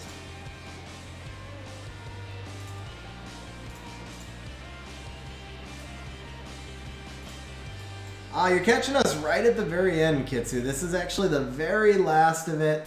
Because I streamed 3 days in a row, so today's stream was a little bit shorter. I was just trying to make up for the time where I didn't have internet. So guys, you can see Axe's account now here. We got the Ragdoll Tian Lang. We're going to take a quick look at where some of the speeds are so I get a feel for it. I like the Kinky build, man. You sped the Kinky up. I like that. I prefer him not on Endure, obviously, but I really like the stats here. I think that's solid. Tian Lang. I would like to see some crit rate on Tian Lang. I'm not going to lie. Tian Lang can do some huge damage. He's like the Mo Long. But I like the build. I'd like to see him around 50 crit rate if you could get there. And I don't know, does he awaken into res? Or does he have like 60 res through subs? Or, yeah, there. This rune right here, this rune should change. That 22 res, man, if that was 22 crit rate, that'd be amazing. Like, right there. So, yeah, drop the resistance, because 60 res doesn't do anything for you. I'd either bring him to 100 or add some crit rate. But, let's see, Light Monkey's at 230, great accuracy, great stats. But I do have to remember, last time on your account, what I struggled with is like if I draft Light Monkey and Tian Lang together, I wind up without damage. So I have to remember the monkey doesn't do damage. Vigor, crit damage, build Vigor, and then obviously your Praha is just stupid OP. She dominates me every time. Love the Mo Long. Same thing, I'd like to see a little more crit rate, but love the Mo Long. Where's your Ethna? Oh, you don't have Ethna. Sorry, bro. Sorry, you don't have Ethna. Okay, Haegang's a little too slow to use to counter cleaves. Or counter super fast cleaves, but we can counter violent. Juno is solid. Rika is a nice build on the Rika. Really nice build on the Rika. Fire Ryu, awesome. Let's see, we got the Kaki at 226. That one wasn't intending to make fun of you, bro. It's just Ethna would fit so well in your team because of that crit rate lead. Because a lot of your monsters don't have crit rates. So where you struggle is that you don't have a lot of damage. At least with your LDs, you don't have a lot of damage because they're all in bruiser builds, except obviously the Ragdoll's not. But the Ethna crit rate lead would do so much for you. It's not even the Ethna; it's the freaking crit rate lead that you really need. I'm almost tempted to just force Antares into your comps for the crit rate lead. I think the Antares would actually work. He wouldn't work great with the Tian Lang, obviously, but it'd work great with the Ragdoll too. We might actually run around your... Okay. Well then, Axe, we owe you 6 wings on the next stream. Nothing I can do about that. I'm going to go ahead and just pay everybody their points back off the bets.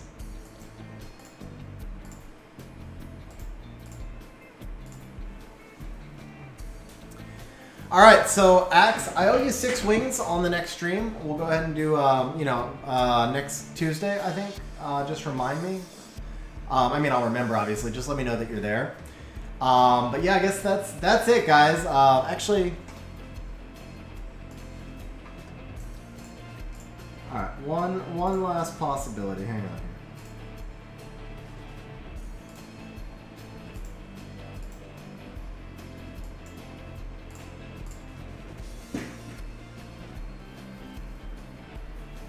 Andrew, so I do, that's usually better done off stream. I do it at $40 an hour. A full RTA overhaul is usually, well, we did a huge part of your RTA overhaul in the community help, so that would speed things up.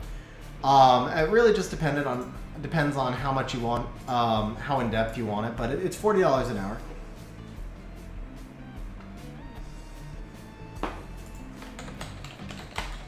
It's this one, X. All right, guys. I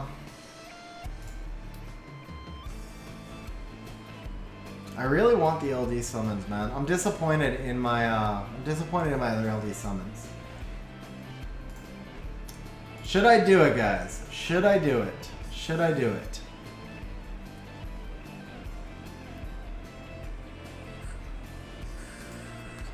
You can message me in Discord. I can give you more information. The thing is, the more runes you have, the longer it takes me to find the correct builds.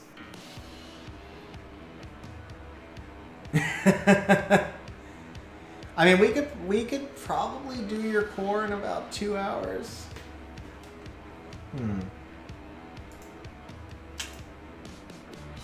I mean, it's got devils. Let's be real, guys. Let's be real. It's got devils. Anything with devils, I always buy. So, I mean, that's my thing. Yeah. So let's go ahead. We'll do the summons on stream. I mean, realistically, it's not like I'm not gonna buy something with devils. If it didn't have devils, I would say no. Like, it's not worth it to buy the I want it for the LDs right now, but the reality is I'm buying it for the devils. So, we'll go ahead and let's see what we can get. Bikini Elia.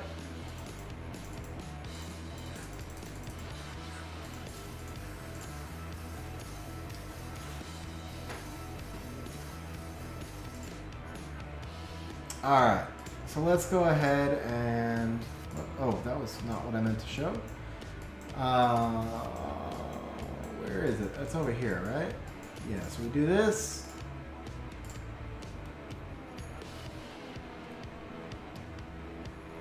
Alright, so... Here you go, guys. Bikini, that's not a bikini, that's a onesie.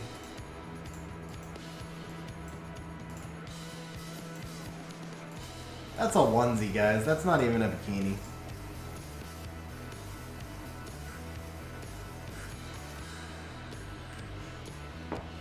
So Trek, what you need to do is start summoning less and use those crystals to summon less and use those crystals to give yourself more crystals to farm, basically. You just need to summon less and farm more. And with that said, I'm going to go ahead and summon. And actually, you know what? Let's go ahead. Let's do a real session. We'll go ahead because I've got the crystals, and we've still got the bonuses going right now. So we'll do 30 scrolls to go with it. We'll get a couple of bonus scrolls, and maybe we can pull a surfer. Yeah, gee, thanks, Axe. Don't pull an LD5. Now he wouldn't stop streaming because I'd be done streaming.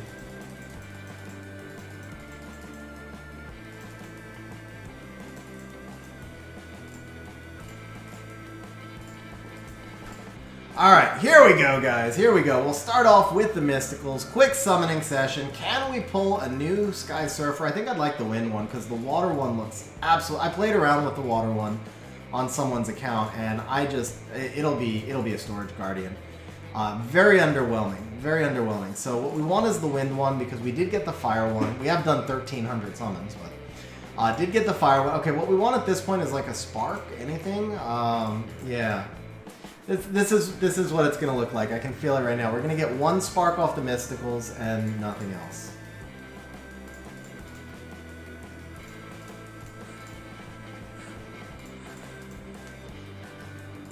Yeah, this is what a normal summoning session looks like on my account.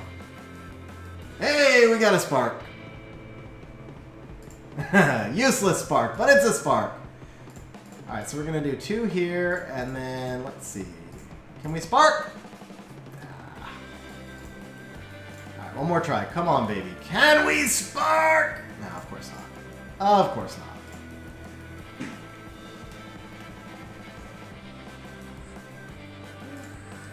Robo skill up at least. And nothing.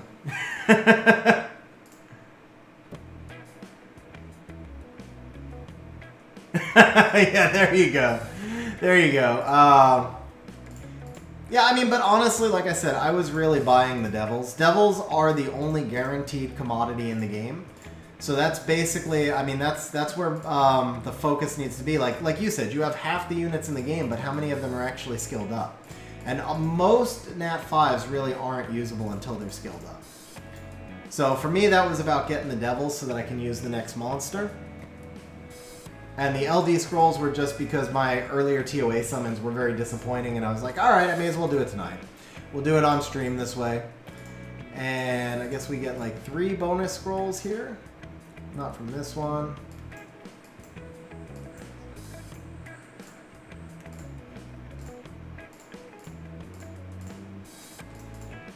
Oh. I don't care. You farm it all anyway. Yeah, 3 bonus scrolls from this one. Okay.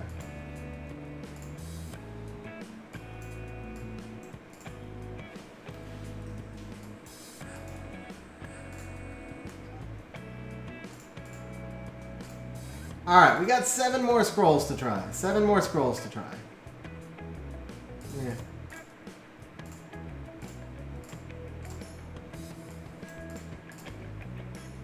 Hey, we got a spark. Is it a surfer? No, it's a sniper. Although actually, I could build another covenant. So sniper skill ups aren't the worst thing. Honestly, sniper skill ups not the worst thing, because I don't have enough skill ups to build another covenant right now. So I'll take another sniper. At this point, I'll take another sniper just to get something.